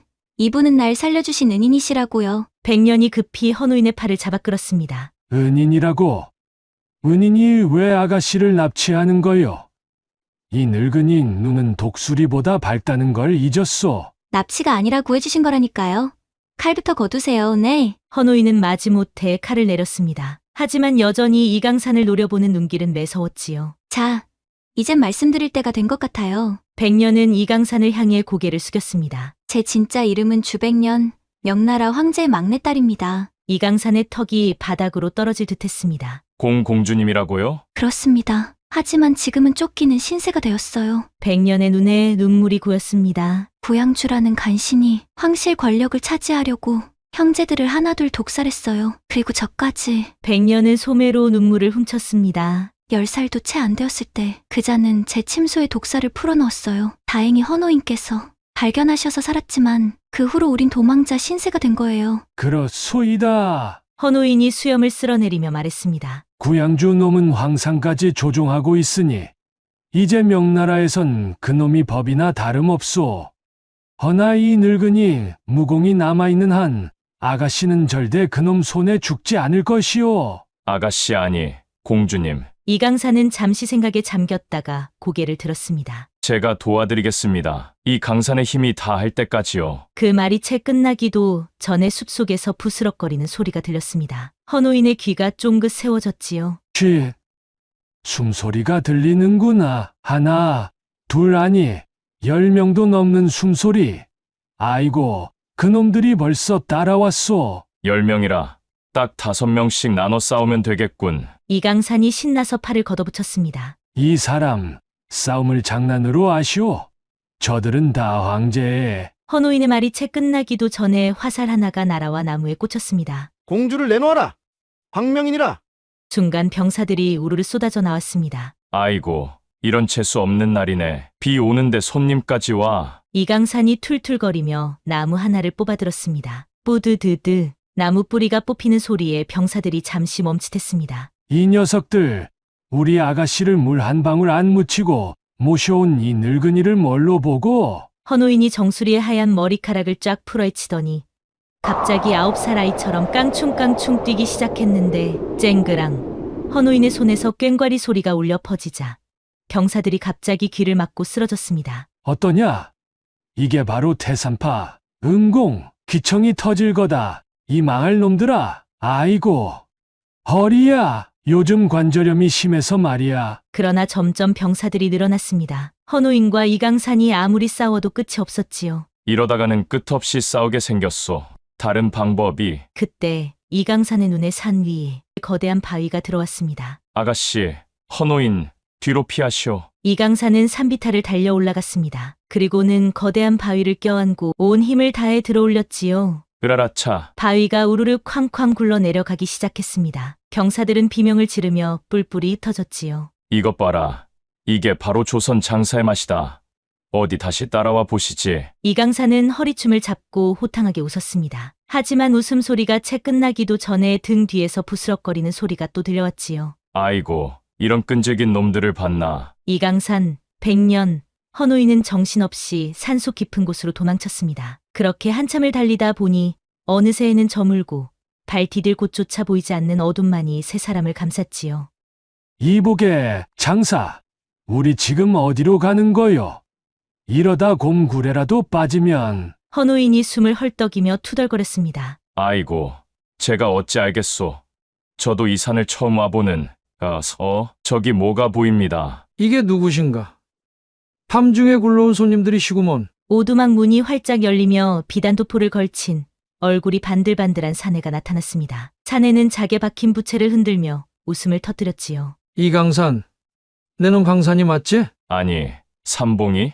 이 산 중에서 내 놈을 만나다니. 이강산과 사내가 부둥켜 앉아 헌호인과 백년은 어리둥절한 표정이었지요. 하, 세상에 산신령 옆구리에 살이 붙었나. 이렇게 우연히 만날 줄이야. 어서 들어오게나. 아, 그런데 이 아름다운 아가씨는 누구신가? 자네 마누라는 아닐 테고, 흥? 삼봉은 백년에게 깊이 목례하며 눈을 반짝였습니다. 소인 삼봉이라 하옵니다. 입만 열면 죽은 사람도 살려내고 양반도 상놈으로 만드는 이 입담. 겸손하게나마 제 소개를 올립니다. 백년이 어색하게 웃음 지었지요. 그런데 멀리서 말발굽 소리가 들려오기 시작했습니다. 쉿! 병사들이 쫓아오는 소리. 헌호인이 귀를 기울였습니다. 병사라고? 이봐, 강산아, 이게 무슨 일이야? 삼봉이 눈을 크게 떴습니다. 이강산은 짧게 상황을 설명했고 삼봉은 턱을 문지르며 생각에 잠겼습니다. 그리고 갑자기 밝게 웃으며 무언가를 꺼냈지요. 자, 이거 하나씩 입어보시게. 특별히 양반 행세하던 때 쓰던 관복일세. 삼봉은 순식간에 화려한 관복으로 갈아입고 나머지 일행에게도 관복과 치마 저고리를 건넸습니다. 병사들이 가까워질 무렵 삼봉은 오두막 문을 활짝 열고 당당하게 걸어나갔지요. 이게 웬 소라뇨? 감히 황상의 특사가 묵는 곳을 어지럽히다니. 삼봉은 부채로 병사들을 가리키며 호통을 쳤습니다. 병사들은 삼봉의 위험 있는 모습에 잠시 주춤했지요. 뭐 특사라고? 증명할 수 있는가? 이것을 보시오. 삼봉은 주머니에서 엉뚱한 옥패를 꺼내 흔들어 보였습니다. 놀랍게도 병사들은 그것을 보고 고개를 숙였지요. 삼봉은 병사들에게 바짝 다가가 속삭였습니다. 그 공주란 아가씨 말이오. 꽹과리 소리를 내며 달아난 노인과 함께 방금 특별 마차를 타고 동쪽으로 달려갔소. 아니, 꽹과리라면? 병사 하나가 눈을 반짝였습니다. 그래, 바로 그자요. 지금 황룡 고개를 넘고 있을 터이니 빨리 달려가시오. 식사인 내가 보증하리다. 병사들은 서로 눈빛을 교환하더니 급히 말에 올라 먼지를 일으키며 황룡 고개 방향으로 달려갔습니다. 삼봉은 기다란 수염을 쓰다듬으며 오두막으로 돌아왔습니다. 저 병사들 지금쯤 달장 뒤지듯 산을 헤매고 있겠지. 이 삼봉이 혀 한번 굴리면 호랑이도 고양이로 보이는 법이라니까. 삼봉은 의기양양하게 웃으며 일행을 안으로 이끌었습니다. 그런데 이게 웬일입니까? 오두막 안은 바깥에서 보던 것과는 다르게 크고 어리어리한 한옥 안채가 나타났는데 비단 병풍과 자개 장식장, 금실로 수놓은 방석까지 마치 양반집 사랑채에 온 듯한 화려함이 펼쳐졌습니다. 이게 다 뭐요? 이강산이 눈을 휘둥그레 떴습니다. 내 놈이 정승집을 털었구나. 털었다니? 무슨 말씀을? 그저 한양도성 제일 가는 양반에게서 약간의 꾀를 써서 빌려온 것뿐이지. 삼봉이 빙그레 웃으며 부채로 입을 가렸습니다. 또 뭔 사기를 쳤는지. 아차, 맞다. 사실 강산아, 내가 널 일부러 찾고 있었다네. 뭐, 날 찾았다고? 그래, 이 산에 괴력의 장사가 산다는 소문이 돌길래요. 혹시 내가 아닐까 했지. 그런데 마침 오늘 이렇게 만났으니 이걸 보게. 참봉이 내민 종이에는 명나라 황실 문양이 그려져 있었습니다. 왕의 옥새까지 찍혀 있었지요. 이건 명나라에서 특별히 보낸 밀서일세. 밀서의 내용을 들은 일행은 모두 얼굴이 굳어졌습니다. 구양주가 황제에게 독을 먹이고 권력을 찬탈하려는 계획이 담겨 있었지요. 이러다간 백년 공주님뿐 아니라 황제마저 위험해지겠소.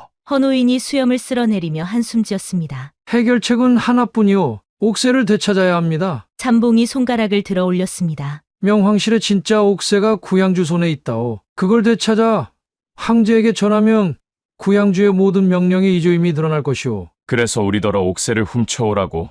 아니, 그 옥새가 어디 있는데? 이강산이 코를 벌렁거렸습니다. 남별궁이라는 곳에 구양주가 머물고 있다오. 그런데 모레 큰 연회가 열린다네. 거기 잠입해서 옥새를 가져와야 하지. 아니, 그런 살벌한 곳에 어떻게? 참봉은 커다란 괴짝을 열었습니다. 안에는 화려한 양반 도포와 갓, 그리고 화려한 기녀 복장까지. 자, 모두 변장할 차례요. 이 강산이는 충청도 최고 부자 이대감으로 변장하고. 뭐, 내가 양반이라고? 어떻게 내가? 아이고, 어렵지 않소. 그저 코를 벌렁거리고 음음하며 턱을 들는데요. 참봉의 시범에 모두가 웃음을 터뜨렸습니다. 이강산은 어색하게 도포를 걸치고 턱을 치켜들며 연습을 했지요. 이거.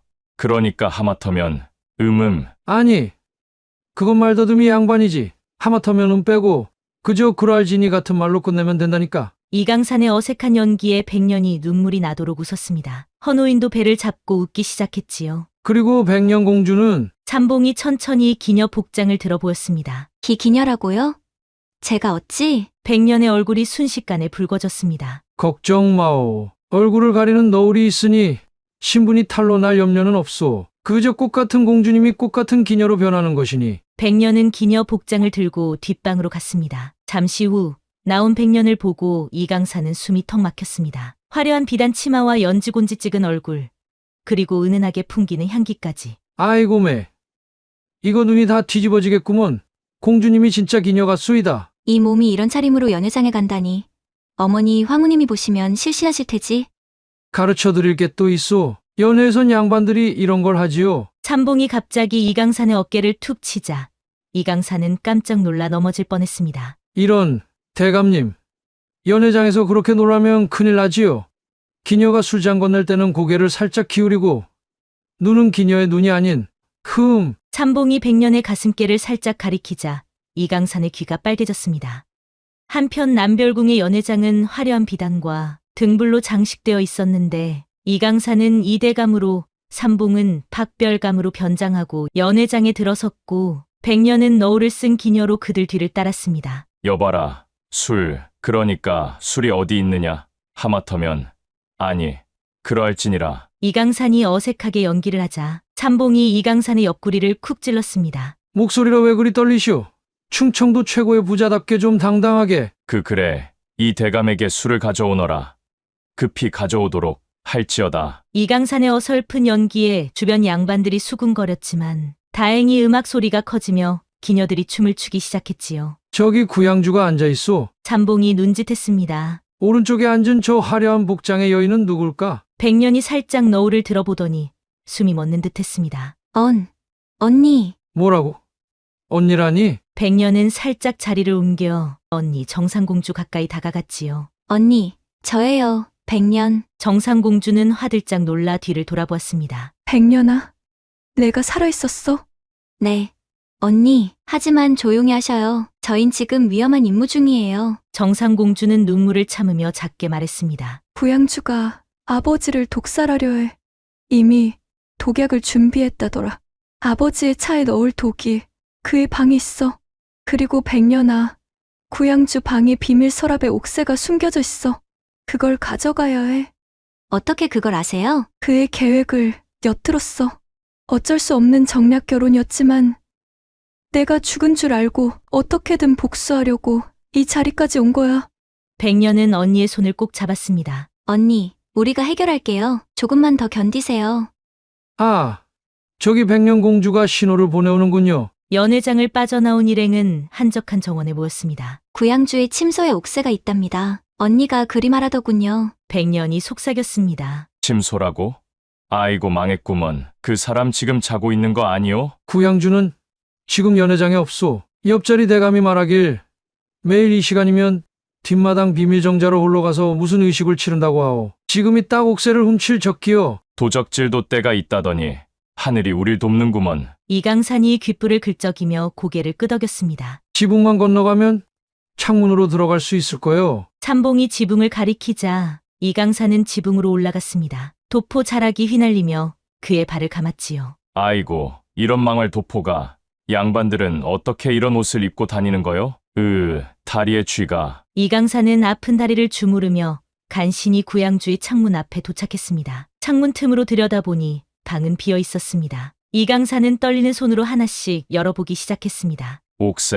옥새가 어디 있나? 이때 바깥에서 발소리가 들려오기 시작했습니다. 그는 미친 듯이 찾아보다 마지막으로 베개를 들쳤습니다. 이거다. 옥새를 품에 넣자마자 문이 열렸습니다. 구양주가 들어오는 것이었지요. 내 놈은 누구냐? 이강산은 순간 얼어붙었지만 재빨리 창문으로 뛰어올랐습니다. 하지만 화살 하나가 그의 어깨를 스치며 날아갔지요. 도둑이다!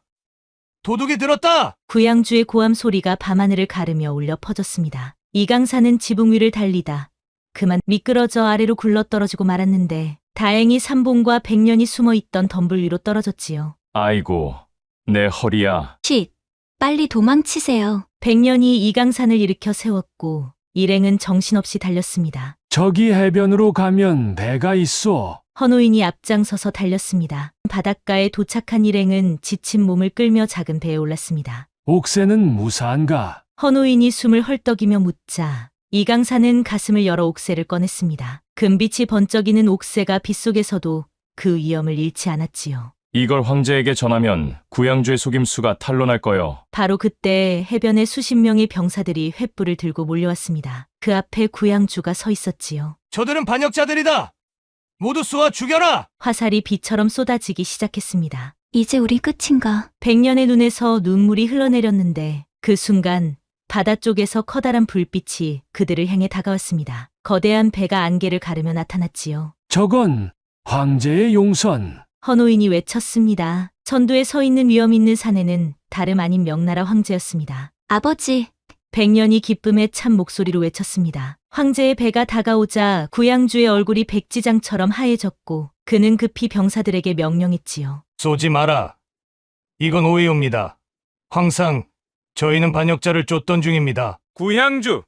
황제의 목소리가 우레처럼 울렸습니다. 내 딸을 죽이려 한 죄, 옥새를 위조한 죄, 그리고 내 손에 들려있는 그 독약 주머니는 누구를 위한 것이냐? 구양주의 손에 들린 작은 주머니가 모두의 눈에 들어왔습니다. 폐하, 이건... 구양주가 바닥에 주저앉았습니다. 나의 눈을 속이고 오랜 시간 내 딸을 죽이려 한 죄 용서치 못하겠다. 황제의 호위무사들이 구양주를 사로잡았고 황제는 두 팔을 벌려 백년을 맞이했지요. 아버지, 이분들이 저를 구해주신 은인들이에요. 백년이 이강산과 삼봉, 헌호인을 가리켰습니다. 그대들의 은혜 어찌 갚아야 할지.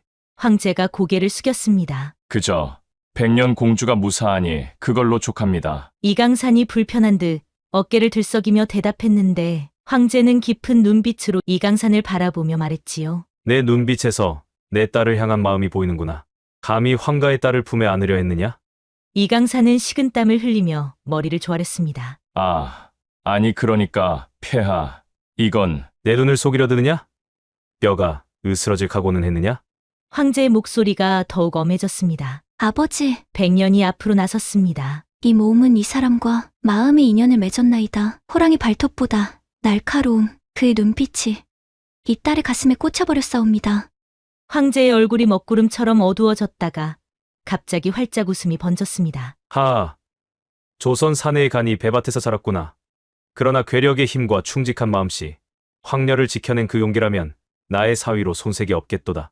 참봉이 놀라 술잔을 떨어뜨릴 뻔하며 말했지요. 폐하, 저 강산이를 사위로요.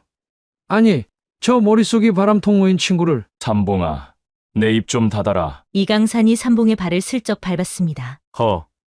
그런데 조선 괴력의 장사가 과연 무거운 황실의 인연을 짊어질 수 있겠느냐?